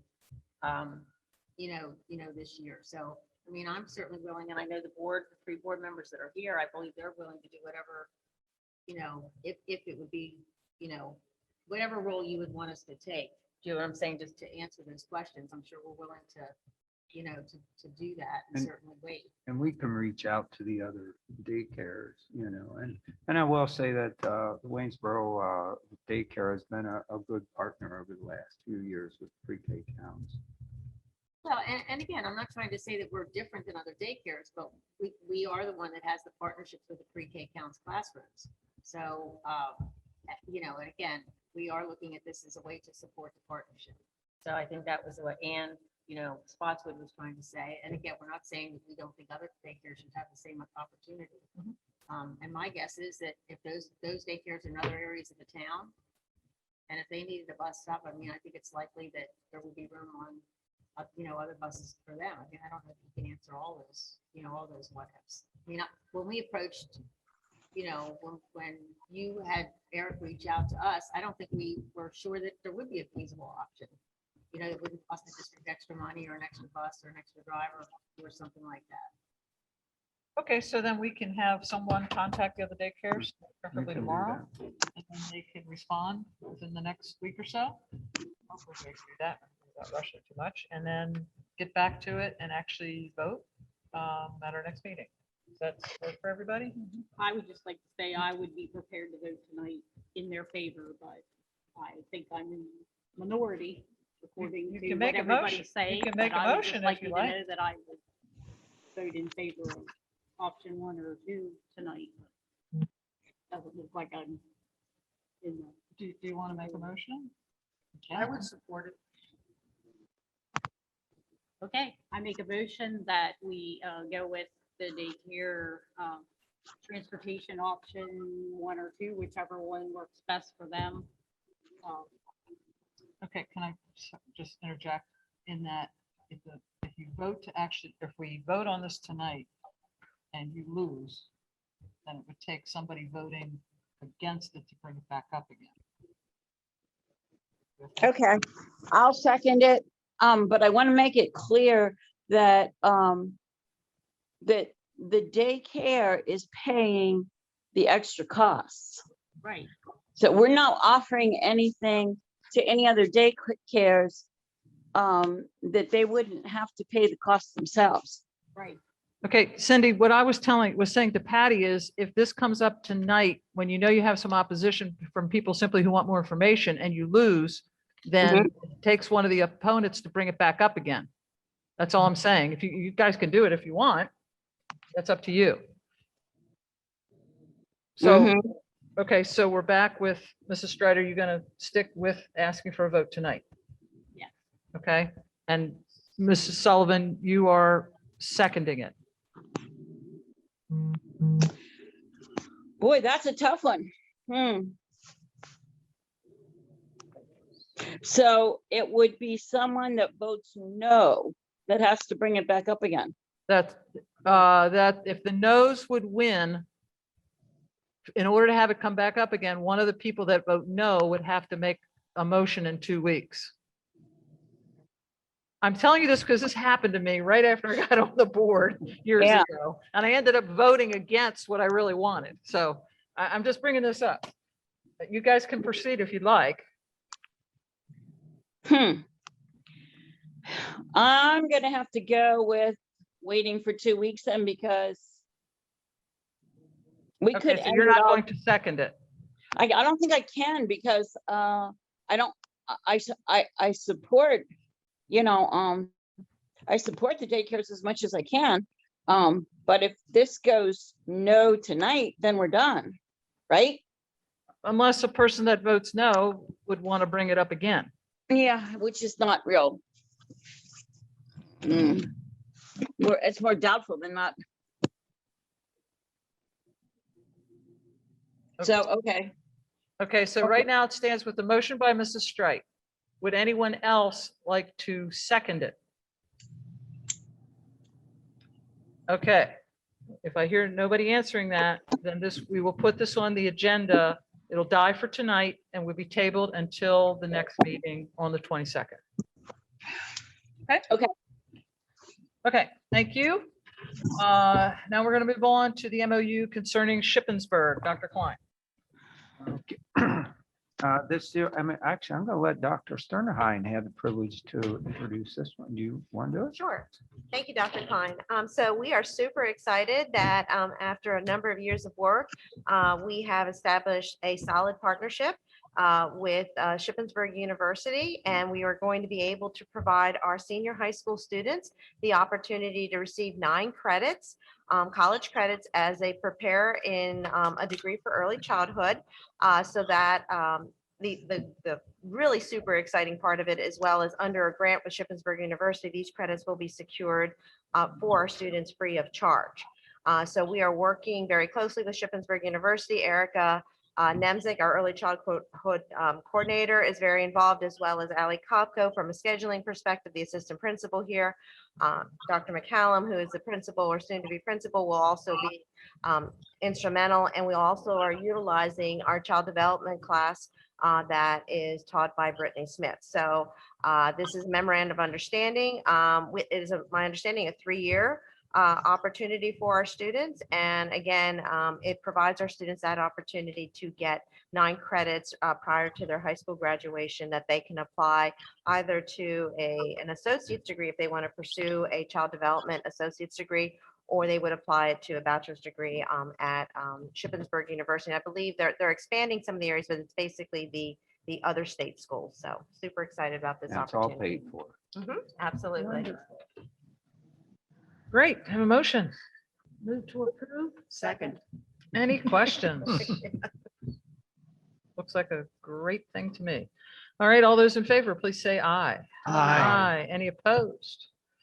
Okay, on to the health and safety plan update, Dr. Klein. All right, what administration is recommending that as of tomorrow, June 9th, that the district does not require masks for students or adults moving forward at this time. So that is the recommendation. Motion to approve. Move to approve. And I want to clarify that would be an option for everybody. We don't want to deny those who do. Yeah. Okay, motion made by Mrs. Sullivan. Do we have a second? I'll second. Any questions on this proposal? Yeah, I just like to clarify. This is June 9th. This is beginning, and it makes sense to me. However, this does not mean that we've made a final decision for the upcoming school year, No, we haven't gotten any. because we have gotten no information. Right. It's not like, who knows what's going to happen? I mean, we certainly hope we can start the school year without requiring masks. Yeah, I mean, This is for the present time, correct? right. Just the early indications we're getting that it won't be required, but we just don't know. Thank you. Other questions? Okay, all those in favor, please say aye. Aye. Any opposed? Okay, thank you. Moving on to liability insurance, Mr. Holtzman. Thank you, ma'am. For your discussion and action, we have the annual insurance package. Again, this is typically an annual process, obviously, that we work through. You'll notice that it's a slight increase from the previous year, primarily because of liability insurance associated with cyber costs. So as you can imagine, that's been in the news lately, and the insurance companies are sure picking up on that because of claims against school districts and every other entity that has had problems from a cyber perspective. Also, as part of that, we're going to have to go ahead and implement multi-factor authentication in the district too, with the new start of the school year. So that piece of it will go into effect actually September 1, which we should have that in place by then, if I can quote Mr. Erickson. But I know it's a lot of money, but there's a lot of things that are important to know. For example, that property insurance covers us for about $153 million worth of property. That covers the entire district. And of course, not only is that the cost of the buildings, because again, they're very expensive to rebuild if there is a major problem, but they have to meet all the new codes. So you can imagine new building codes, new ADA codes, new fire codes, et cetera. So they would have to meet that criteria. So that's why it's $80,000, but you're protecting over $150 million worth of assets. So again, we did look at different options and we always look at different options.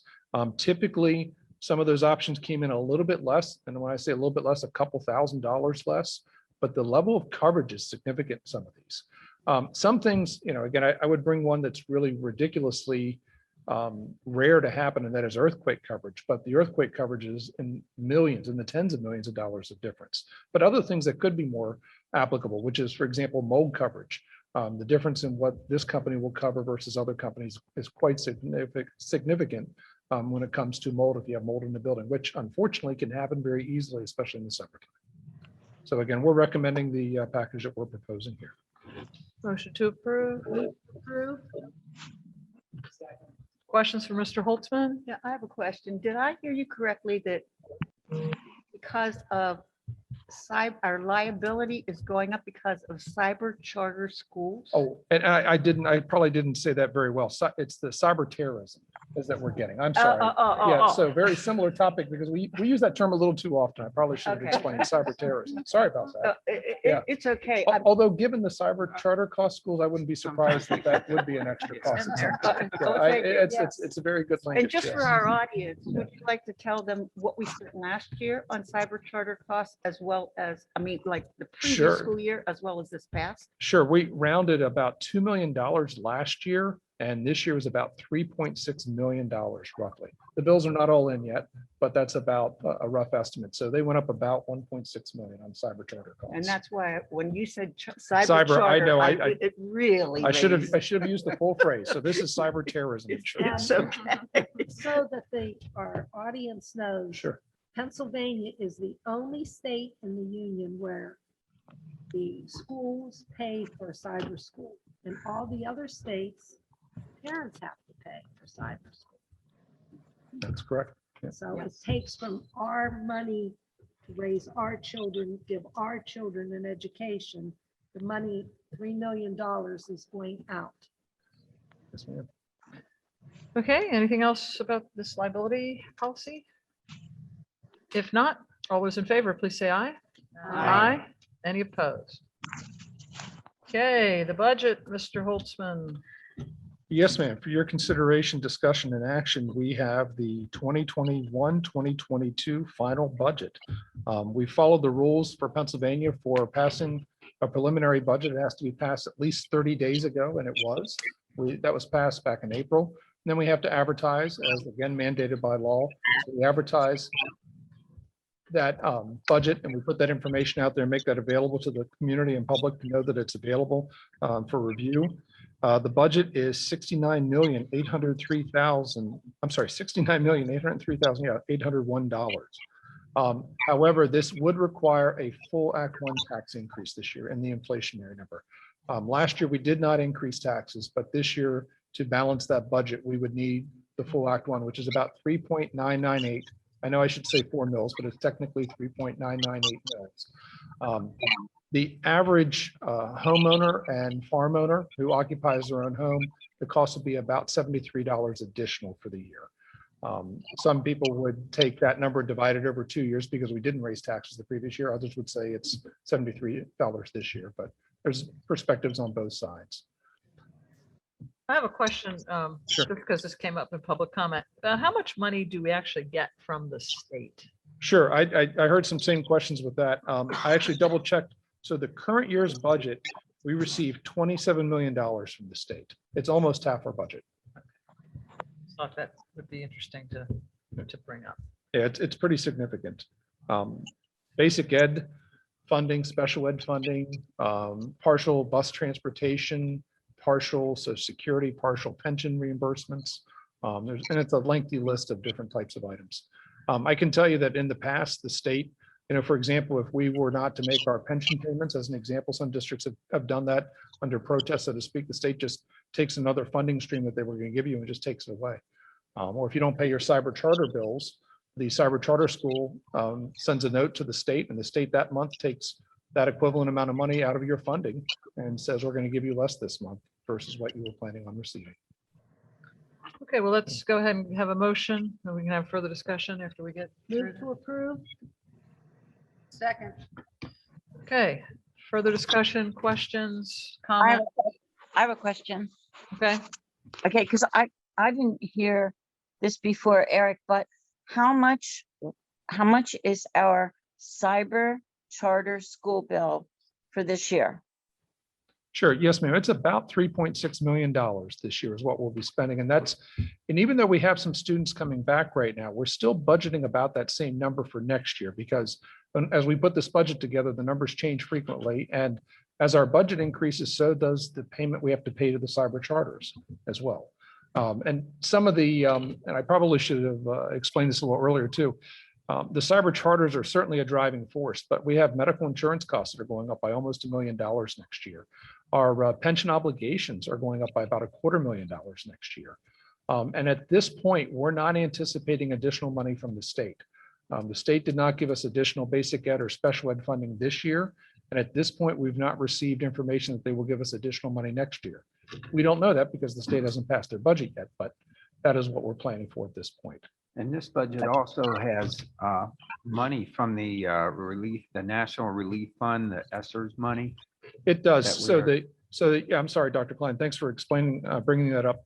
So we have ESSER 2 money is in the budget right now for about $2.3 million. That money basically helped balance this budget. Realistically, the budget's about $3.3 million in the red.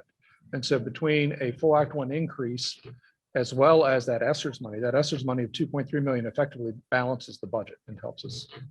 And again, over time, that's one-time money. We have to get to the point where our revenues can cover those expenses. And with the state not giving us any more help, it becomes unfortunately more of a local situation. So in 3 to 5 years, that ESSER money will be gone and we're gonna hit that, like we call it, the fiscal cliff. That's correct. And I don't know, many of you here were working in education back in 2010, 11, 2011, 12, that timeframe, when basically the federal government was giving stimulus money under the ERA plan. And whenever they gave additional funds, the state dropped their obligations. And that's what we're kind of starting to see now is that the state normally provides more money for education every year. And last year they didn't. We're not necessarily sure they're going to do that this year. So by default, they end up creating a little bit of a fiscal cliff. They're still asking for more money for pensions, for example, but yet they're not giving additional funding in basic ed. And so what we want to prevent is that huge fiscal cliff that we're going to see in about 3 years coming up, maybe 3 to 4 years into the future. Because again, a lot of us experienced that era situation where there were many, many furloughs and there were many cuts for every school district 10 years ago. Okay, I want to clarify one more thing, Eric. Okay. go ahead. Okay. So the money that we're getting from the CARES money is actually very little more than what we're actually spending for kids going to private cyber schools that we're paying. Correct, right. We're paying about 3.6 million and we're going to use about 2.3 to balance the budget. So it's obviously picking up a decent amount of that, but if you think about that next year, if we use another 2.3 million of ESSER 2 money, effectively we'll be very close to expending that fully. And then we're jumping into ESSER 3 money, which again has a little bit longer time frame, but is also designed to replace some revenues that are just not coming in anymore from the state. So the kids that are going to cyber school, which they don't pay anything for, their parents don't pay anything for, we pay the full bill. And the money we're getting from the government is going to pay cyber schools. If we want to look at it, just money here, money there. Correct, right. And what's very interesting is that we actually have to, in the grant, we technically can't put down cyber charter schools as how we're going to spend this money because that's not a qualified expense, if you can believe it. So we'll have to use another designation, even though we all know, and not just Waynesboro, most school districts have the same situation. So the grant is very unique that the grant will not allow you to classify the item that's truly going up in cost with this money directly. Eric, I have another question. Sure. And again, it relates to the cyber charter, but the cyber charter schools are also receiving ESSER money. Is that correct? They are. We looked at this, Dr. Klein and I looked at this a couple of weeks ago. And the cyber charters only, which don't hold me to this number, but let's call it 17 of them, maybe 16 or 17 of them. They're receiving about $157 million of ESSER's money. Now, we're trying to figure out why they would need that additional money. Their transportation costs didn't go up because they're not doing transportation. Their cleaning costs probably, I mean, maybe for some office areas, but they don't have schools. Their technology costs really shouldn't go up because that's what they do anyway. That's normal. And then all the school districts are still having to pay more money as their enrollment went up. So again, we're really not understanding how that works and what they're going to use the funds for. And they're for profit. Some of them are certainly they're for profit, some are non, and some are for. And I mean, this just, you know, I don't know how you justify using those additional funds, but it's a lot of money, $157 million. And I'd rather have our kids in front of our teachers. Oh, yeah. Other questions?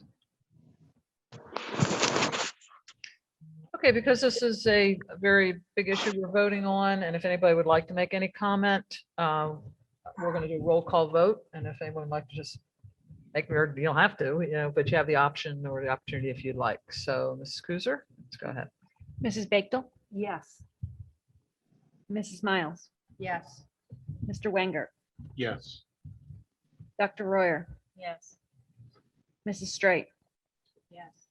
Mrs. Zimmerman, Yes. Mr. McDonald, Yes. Mrs. Sullivan, Yes. Mrs. Harold. If it were not for what I think are exorbitant cyber costs, I don't think I'd support a full tax increase, but under the circumstances, I vote yes. I agree with Okay. exactly what you just said, Mrs. Hill. Okay.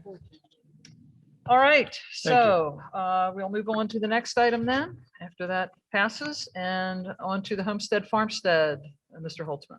Thank you, ma'am. So this is tied into the gaming funds. If you remember this from going all the way back to 2006. So part of Act 1 where the state said that they were going to limit how much a school board could raise taxes, which applies to us as well. They also gave some gaming funds that reduces the cost of property taxes for homestead and farmstead owners. So basically this is owner occupied properties. It's almost half of the total parcels in our district. So it's a tremendous number. Over 7,000 properties qualify for this. The unfortunate part is the state has not increased how much money they've given us. So if you go all the way back into 2006-7 or 2007-8 when they actually started, what you'd find is they were giving us about the same amount of money as we receive today. So unfortunately, it's only $95, but it is $95 as a reduction to property taxes. Okay, we have a motion. Second. And before you vote real quick, if I could make mention too, I always, in case anybody's listening at home, there's also programs out there, property tax rebate programs out there as well for senior citizens primarily. And it's for owner occupied homes. And even if they're renters, there's income limitations out there, but they can get up to $650 back on their property taxes. That's at the, the maximum. But again, this would be for homeowners and renters. And typically they can get that information from the state office, the local representative's office. Okay, good to know. All right, no other questions? All those in favor, please say aye. Aye. Any opposed? Okay, children and youth. Whatever that may be. I think that would be me. Okay. This is a. Either way is fine. Go ahead. Okay, sure. And again, this is just an annual agreement that we have with the county to provide transportation for students in foster care. It's a requirement to have this agreement in place. We all recognize that it's in the best interest of the student and the family to provide transportation for that student back to their home school as part of the McKinney-Vento Act. So typically, so for example, if a student was placed into a foster home in another area within the county, we would be providing transportation back, and then we get a split cost with the county on that reimbursement. Motion? Move to approve. Questions? All those in favor, please say aye. Aye. Any opposed? Thank you. Okay. Vaccine agreement with WellSpan. Dr. Cole. I know, it could be either one of us. I'll go ahead. So anyhow, this is basically an agreement with WellSpan as I mentioned earlier, to give them a space to offer it to employees, to parents and their children, whoever wants it. It's not required. It's just provides an opportunity if people want to get the vaccine. We have our clinic here, WellSpan Clinic on school grounds here at the high school. And it's just an agreement to use the facilities to offer those vaccines if people choose to do so. Motion, Second. questions? Okay, all those in favor, please say aye. Aye. Any opposed? Yes, I oppose. Okay, so that passes 8-1. Okay, on to Stepping Stone Speech and Language Pathology Contract. And that's Mr. Holtzman Oh, no, or I'll Dr. take that Klein. one. Okay. Yeah. Thank you. Yeah, this is something that every year, I believe this has been a contract that's been in place for speech pathologists. It's just being renewed. And I'm not sure, I don't, was there an increase in the cost? I'm trying to remember now. And I wish I could help you out with this, but I can't remember off the top of my head either. I'm just scanning the document real quick, and I would say it's an increase. it typically there's a slight inflationary index on it. And it's something we've been doing for some time, I believe. Yeah, it says 74, and it'll take me a minute to try to see if I can find last year's contract. Apologize, I got this sometime ago.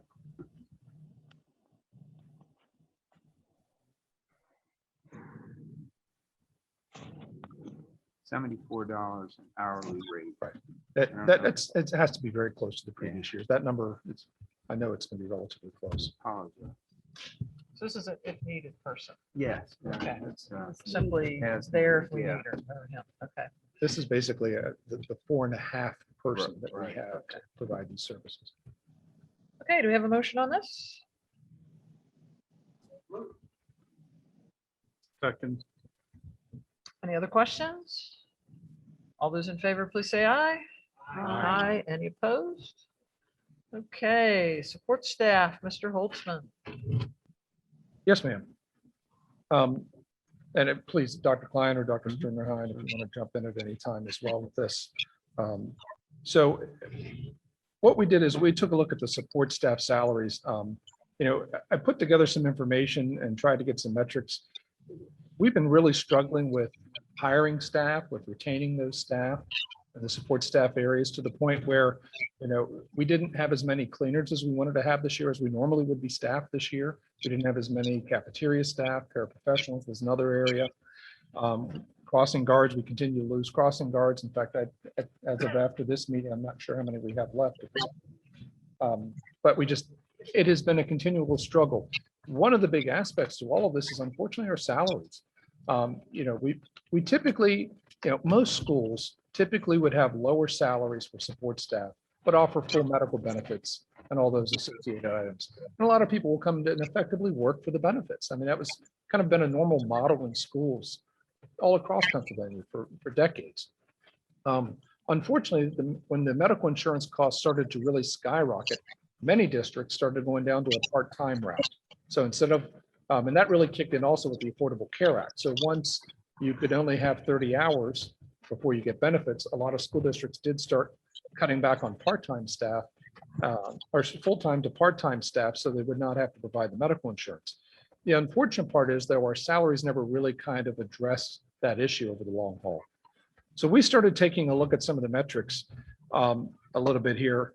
For example, our average salary, and this is for all support staff, is $13.46. So, I mean, that's reflecting people that have been here 10, 15, 20 years are all built into that average. We put some information here to show you that some comparisons to other states. Maryland is also a competitor. We're right on the line, we're right on the border. They made a decision many years ago to increase their minimum wage up to $15 an hour over a period of time. As of January 22, so 6 months from now, a little over 6 months from now, their minimum wage will be $12.50 an hour. At that point, 43% of our staff will make less than that minimum wage. And again, we're still talking about a lot of people who have been here quite a long time. When you look at our numbers, I believe it was Currently, we had 37 or 17% who are making less than 11.75 an hour. So again, our salaries have just started to break the $10 model, if you can imagine that for a minute. We took a look at this from a couple different perspectives. One of our major concerns is that if we don't have the staff here to help make sure that we're providing the IEPs, to clean the buildings, to take care of the food service, to help with our crossing guards and many other aspects and other jobs, office secretaries and such, we're going to have a hard time opening here in this fall because of those issues. So what we did is we took a look at some cost proposals. A dollar raise costs about $321,000. That's all in. That includes our share of the markup. When you think about the pension costs or Social Security, that includes our share of it. So it's really kind of a fully loaded cost. But 1/3 of that's also borne by the cafeteria staff. So it's the cafeteria itself. So that 1/3 does not hit our actual general budget. So effectively, you know, a little over $100,000 of that does not affect the general budget. So if we went with a $2 proposal, which is about $640,000 increase, again, 1/3 of that, over 200,000, would not apply to the actual general budget. The rest would, but the other piece would have to be covered by the food service area. So what we did is we came up with this proposal. Again, you know, we heard some heartfelt stories from a couple of people who came up to us. They didn't know that this was coming on, but in the last couple of weeks, we had some people come up and say, you know, my child who's a senior in high school or junior in high school is making more than I am right now. Now, they're not working for the district, they're working for another employer in the area. But they're like, I've been here 10 years and, you know, my son is making more than I am. And it's a struggle. We're hearing the same thing from some older employees who are grandparents saying, I have grandchildren who are freshmen in college who are earning more than I am, and they're working at other local businesses in the area. So it's becoming more and more of a struggle as we offer the part-time benefits to continue doing that. And some of these employees have been here for years. Yeah. Yes. Yeah, they have. Okay, so the recommendation is the $2 increase. Yes, ma'am. Okay. This could go to 1 if people can do that. All right, so do we have a motion on this proposal?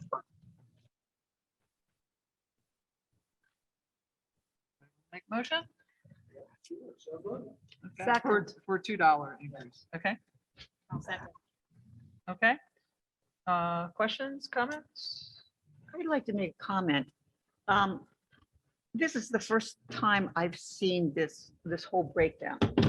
And I was amazed at some of the ranges of some of our employees. And so I would like to make a recommendation. I mean, that is totally different from us passing this, that personnel look at some of these categories, find out, okay, is, for instance, a paraprofessional. I mean, as far as I'm concerned, depending upon what you're doing as a paraprofessional, there could be different pay scales. And I think paras are one of the most, they're super, super important and actually save us lots of money. Sure. So anyway, so I would just like to look at this closer and see what we can do. The $2 across the board right now at least pushes it up and gets us some people in there, except some of these things. Okay, so I go from 34 to 35 years and I get 11 cents more an hour. You know, it's deplorable. I'm sorry, but it is. We should be able to do better than that. I didn't hear this. She doesn't like the fact that when you get way high up, you only get 11 cents more, like on the scale. The higher you get up. Anybody else comment? And this is nothing against me voting against this. Right, right. You're So just looking down not the at road, all. right, It just right. brought it up that I think this is something that we as a board really need to look into in the future. Well, I know that Ms. Sullivan and myself and Ms. Spakel, who was already on the board, we came, since we're the longest people on the board, we have been hoping to see something like this for a long time. and I know it's a big chunk of money, but I think our support staff are fabulous for the most part, and they work because they love the town. I mean, they can get another job doing something else, and I think it's well-deserved, and I'm glad to see it being proposed myself. I don't think at this point I would concur. I mean, when we eliminated full-time positions. Right. Back throughout 2013 to 2015. Eric, correct me if I'm wrong, but I believe a lot of that was done due to budget deficits. And it was a staggering amount for the benefits for those employees. It was 2 point something million that we're taking, right, to put those benefits back in. Probably, I'm trying to do this a little bit off the top of my head because we looked at this from how many medical contracts we have. So I know that when I say that we've had a reduction of say 80 to 100 medical contracts, that would also probably include some professional staff as well, Right. because I think we cut professional positions as well as a district at that time. So But I would still say it was at least 50 or 60 positions over time where we cut the paraprofessional side or any of the support staff side. And so when you start thinking about, $15,000 to $20,000 per medical contract, it is a lot of money. You're talking several $1 million to bring all that back into play. But again, just from a historical perspective, when we did that, we knew it was going to be a train wreck eventually, because we weren't giving the people, the benefits. But I think given the change, with everything that's going on in the community, if you look at all of the businesses, everyone is raising their salaries. I mean, Yes, everyone. So the fact is that we won't compete with anyone if we don't do something. I'm concerned, and again, Lynn, I think all your points are really valid, but I guess my concern is if we don't do something quickly, we're not going to have enough staff potentially to even open school. So if we put this off, then we're potentially into July for the next board meeting, and I'm not sure we're going to be able to attract the staff. But do you think we can attract the staff with a $2? Absolutely. I mean, Yes, I think well, it's a huge step. No, I think it's a huge step too. I just don't think we should stop here. I think we need to continue looking at this, Absolutely. because for the future too. So we, And look at bringing back a few full-time positions that might be given healthcare like we used to have, because these people that give their life, and some of them, the custodians that have worked and tried and they're not getting anything anymore. And so it would be a way to give them some solid reason to stay. Is what I'm I saying. think we've done that. I think we've added benefits back into, several special ed professionals, you're nodding, Karen, so that is correct, and several custodial positions, but I think that's a good point for the, for the future. Just keep looking. To look at, but I'm really amazed at some of the salaries that I'm seeing, and it's not a bad thing. But as I said, it's only gonna make it harder, especially for some of those, I mean, they're all difficult jobs. Some are In difficult than 08 others. and 09, when we cut a lot of these things, there was a lot of people looking for jobs at the time. And that was, today it's a different situation. Eric, I want to thank you for putting this together. I mean, I can't even, I think we've been looking for this. Must be a half a decade. No, I appreciate the support. Thank you. Okay, if there's nothing else, then we've had a motion and a second. All those in favor, please say aye. Aye. Any opposed? Right. Thank you. Okay. Yeah, yeah. Okay, more financials, bills for payments, Mr. Holtzman. Yes, ma'am. Under the first item, we have the normal cafeteria bills, as well as the general fund bills. And we have some requisitions for the 2021 school year. We still have a couple more that we tail off here towards the end. And then under item number 2, we actually have purchase orders for 21-22. The reason why we ask for your approval of these now is because it allows us to get the process rolling as part of the general fund that's been approved. Many of them are bid items, so they're items that we normally would order through that process. There are also some buildings. We're going to have some more, with the end of year, some of the buildings are able to get all of their bids in for review, and some just didn't quite have time with everything going on. So you're going to see more at the June 22nd board meeting as well for some of the buildings. So when you only see Maori and some of you there, we didn't forget about the other ones. They just had too many other items on their plate at this time to get those requisitions in. One of the big things I think in years past, when schools used to start after Labor Day, it allowed you to get stuff out in July and get stuff in time in August. And so when teachers roll in, but we're starting to see teachers roll up back into the buildings in early August before their in-service starts, and they want to know where their items are to get their school year started. So it kind of pushes us back a little bit too, but that's okay. Okay, so we'll just take the first two. Want to throw exoner? Oh, tax yeah, I'm sorry. exonerations in The there number too? 3, I apologize. It's normal exonerations from JP Harris. There was a property assessment that was requested, but it was not changed. That comes from the county tax assessment office. Okay, do we have a motion to approve all three? Second. Questions? This is real picky, might not know the answer, but I saw a bunch of plexiglass that was being ordered. Do you know? There's a bunch of plexiglass. Boy, off the top of my head, I don't know, but I can Yeah, I promise you should've that I asked you won't ahead of time. send a purchase order out that has plexiglass until we review it again. Well, We I did just was review curious these, for but who would be wanting that. yeah, off the top of my head, I can't think offhand. Okay, we have Was it part of a several- bid, you think, or Excuse me? was it part of the bid list, or you couldn't remember? I should have written it down. Okay, I'll tell you what, we'll look back through. We're not going to issue them out, tomorrow morning, so we'll be okay. Okay, check it out. We will double check. Okay. All right, any other questions? All those in favor of approving, say aye. Aye. Any opposed? All right, Clayton Cabinet comments. Anybody? I have Dr. none. Klein, Dr. Sternheim. Anybody? No, ma'am. Anybody? Okay, all right. Board member comments. Okay. Can I ask for clarification? Sure.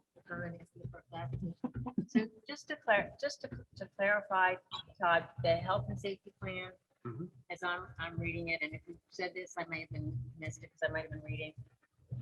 If PDE does nothing for the fall, okay, gives no direction, then the vote tonight would make masks optional for the 21-22 school. I think that clarifies it. Yeah, I felt that that's what you were saying. Yeah. I just wanted to clarify. Thank you. Okay. I just wanted to add that the Life Skills House, now called the Alma's House, Alma's Beneficial House, is nearing completion, finishing touches. Mrs. Sullivan informed me that the students were all able to get out there at the end of school to take things to school. And I'm not sure who told me that, it might have been you, Mr. Holtzman, or Dr. Klein, that the students actually were in the store and ran into some of Alma's people. I think I may have heard that from Mrs. Hope. Yeah, I think so. Yeah. So we're very excited about that. The Franklin County Realtors Association on Friday will be doing all the landscaping. We're going to be, I'm going up tomorrow to get the shrubbery from the nursery up in Oregon, and they're going to be doing all the landscaping. They're going to be doing all the planting. I think we have a lot of mulch being delivered. They delivered a picnic table on Saturday and put that in the backyard. So, we're moving along and getting it. I know Mr. Erickson, I think, is committed himself to at least feeding fish. He told me tonight. So apparently there's been fish there for who knows how long, at least over a year and a half. Wow. In the pond. So we'll look forward to setting a date and getting that, grand opening prior to the school year. So thank the board for all their support. I really want to drive by on Friday. See what's The going on. cafeteria is giving lunch to any student Monday, Wednesdays, and Fridays, breakfast and lunch. Yes, ma'am. So they're doing kind of a combination. So for example, on a Monday, they're getting 2 breakfasts and 2 lunches as a good example. So Right. I do appreciate you bringing that up, Inspector. As you remember, for this, normally during the summer, we've always provided these meals. Right. And so we continued that last year with the pandemic that shut down. The USDA came out and made all the meals free last year. And they're extending that throughout this summer. So we're continuing that program as well under that guidance. Has a decision been made about next school year yet? You know, it's interesting. We've heard the USDA approved it, but I still have yet to hear anything from PDE or the Department of Ag for the state who said that it's officially approved, that they've approved it. But the federal government approved this for next year. So under that idea, I would assume PDE is going to approve it at some point. Then the meals will be free for all of next year, but that's not official yet. I mean, I for know there's been Pennsylvania. chatter in other districts, you know, but again, it's, I haven't heard anything official. Right, we keep looking for that, but unless I missed that, Ms. Helen might correct me tomorrow morning, and if she has, I'll send a note out to you. I'd just like to say I was able to attend both baccalaureate graduation. I thought everything went very well. Appreciate the input of the administration, both central office and the high school, for their role in that. Had to wait a little while for graduation, but we had it. So kudos to them for that. Okay, if there's no other board or Clayton comments, public comment?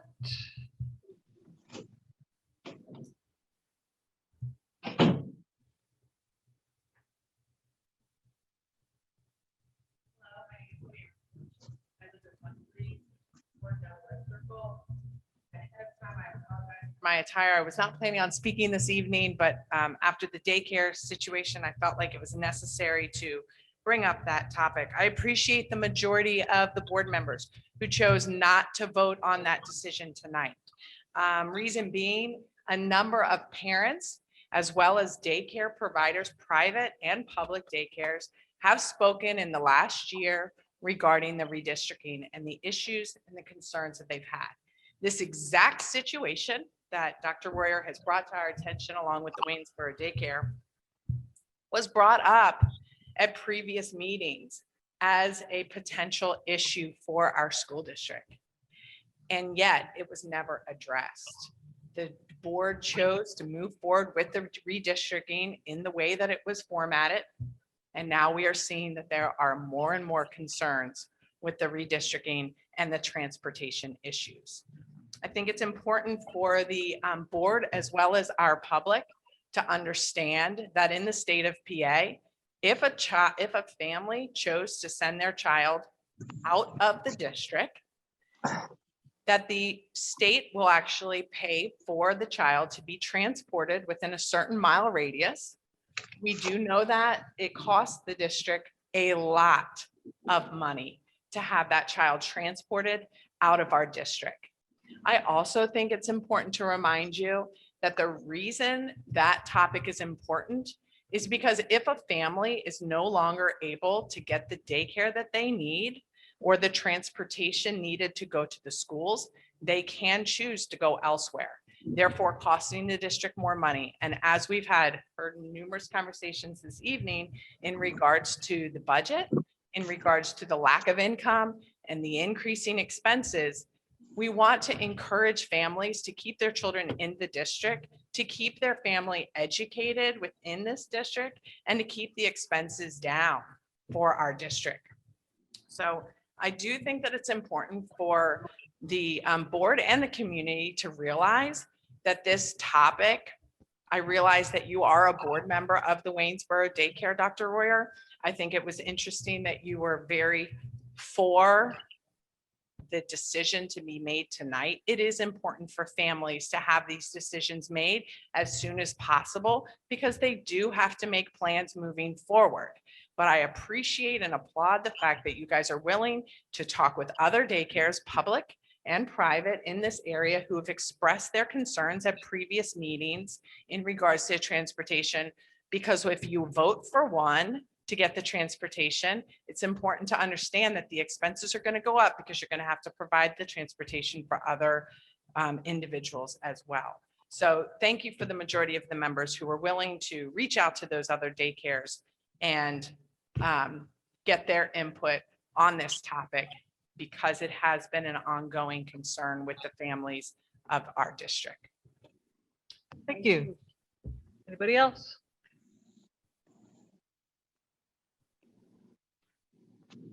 Okay, for people who, all three or two who've spoken, Hoping it's a different topic you would like to speak on. Thank you. Okay, okay. I'm thankful. Thank you for voting to end the masks.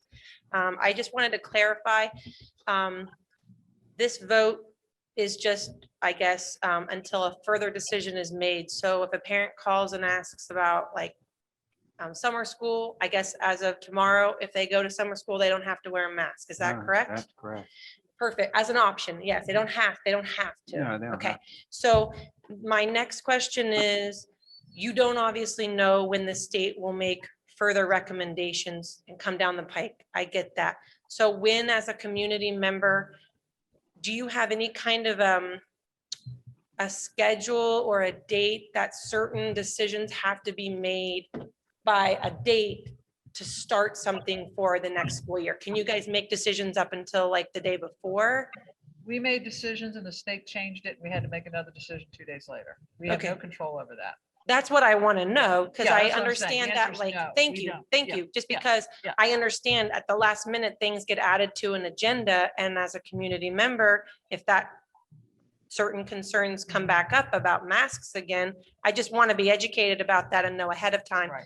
So I think that August 17th, I think would be like a meeting before the school year. But again, unless would there be a public statement then made if the state doesn't allow, or if the state is going to give the school board full authority to make their decision early for the next school district? Is that something that would be put on agenda ahead of time? The decision was made tonight to move forward with this. So unless the state changes it, we're moving forward next year with giving the option. Okay, but that was not, in my understanding, what was clarified. It was saying that that's moving forward, but that didn't say definitely come the start of the school year, that would be the plan. I mean, that's the plan unless the state comes out and mandates it, you know, because we are obligated to follow that mandate. But Okay, so however, that's, right now, and just my own thought, you know, just how the state tends to work. The fact that, you know, I think we all knew for some time here that Cumberland Valley was moving that way. And when the Cumberland Valley and a couple of other certain districts move a certain way, the state's probably going to go that way. So, but that's just my own opinion of how the politics work. But if the state doesn't do anything and doesn't require anything, we're done. We're going with the option. thank you. Thank you very much. I appreciate that. Thank you.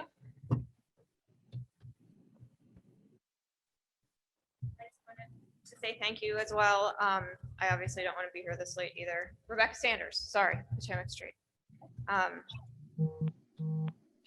Cumberland Valley did receive non-compliance letters, so they weren't just abiding by what the state said. So I just wanted to Right. mention that. And I think it would be pretty cool if we could also be front runners in that and make the politics move in the direction that we want them to move instead of move with the politics after it's already been decided.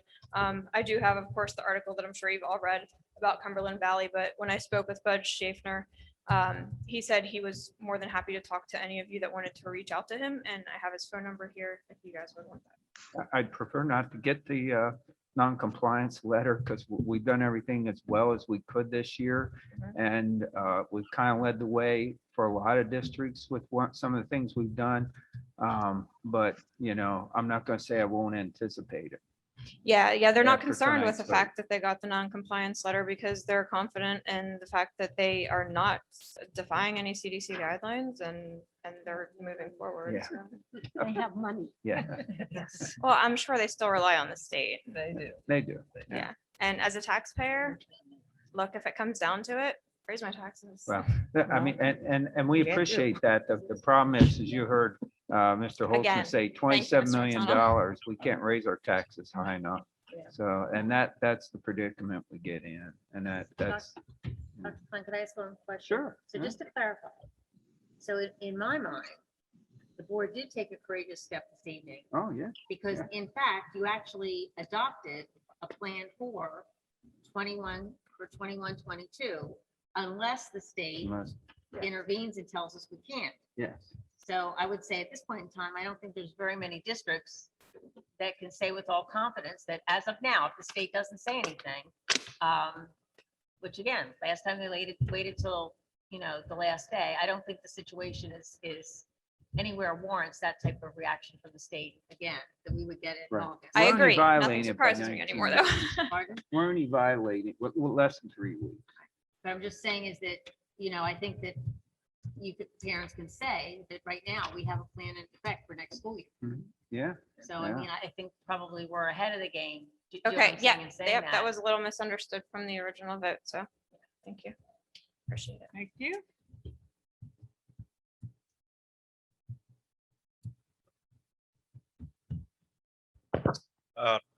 Joseph Miller and Bill Road. Yeah, I think just wanted to say thank you for voting the way you did tonight. And hopefully this is never something we have to deal with again. Real quickly, with respect, and I would say many, as America brought up, as far as being on the board of a daycare, Dr. Royer, I think that's something that should have been brought to everyone's attention early, that might be something that could be viewed as a conflict of interest. So that's important to know those types of things. Not to say that there's any motives or anything, to that effect, but that's just I always. think she something good did to know. mention it. She You know, did, she okay, maybe I yeah, missed she that. did mention it. Yeah. Maybe I missed that. I apologize if that's the case. Okay. And I did also want to applaud the board for your decision on pay raises for support staff. $11.75 an hour, $24,000 a year. That's half of what your entering new teachers fresh out of college are making. Do you think half the support, or do you think the support staff does half the work of the teachers? Part of the long-term problem I see, and again, I have experience in both public and private sector. Unions are a big part of the problem. Your support staff doesn't have a union. Your teachers do.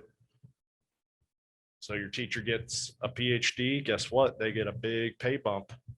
They get their schooling paid for. I hear a lot of contempt for PA or cyber charter schools. They don't have quite the same standards that public schools have. And that's because of what has happened over the years in Pennsylvania. Real briefly, my boss is a registered professional engineer. If he decided, being an engineer, he's pretty good at math. He's a loving father. He has 2 kids. If he decided he doesn't want to deal with that world anymore and he'd like to go teach math at the middle school in Montgomery Township, whatever that district is called, he wouldn't be able to do it. Why? Because over the years, the unions have seen to it that you have to have certain things to meet their standards. Now, your support staff, they may not have it. They may be a para educator.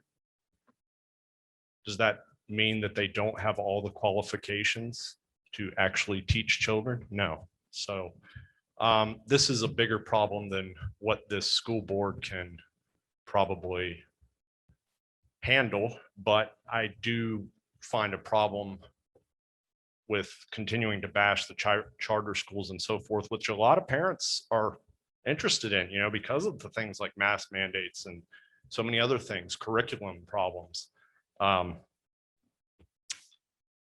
They don't, at those cyber charter schools, in many cases, they can teach without having that teacher certification. And I'm sure many of them do a great job and many of them don't.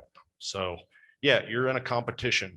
And so I do applaud the board for their decision to raise those rates. I think that's going to allow you to retain more people, better people, to continue to support your professionals, the teachers and so forth. So thank you. Thank you. Clarify one thing? Sure. I need somebody to back me up on this, but I don't think the union says teacher certification. No, they don't.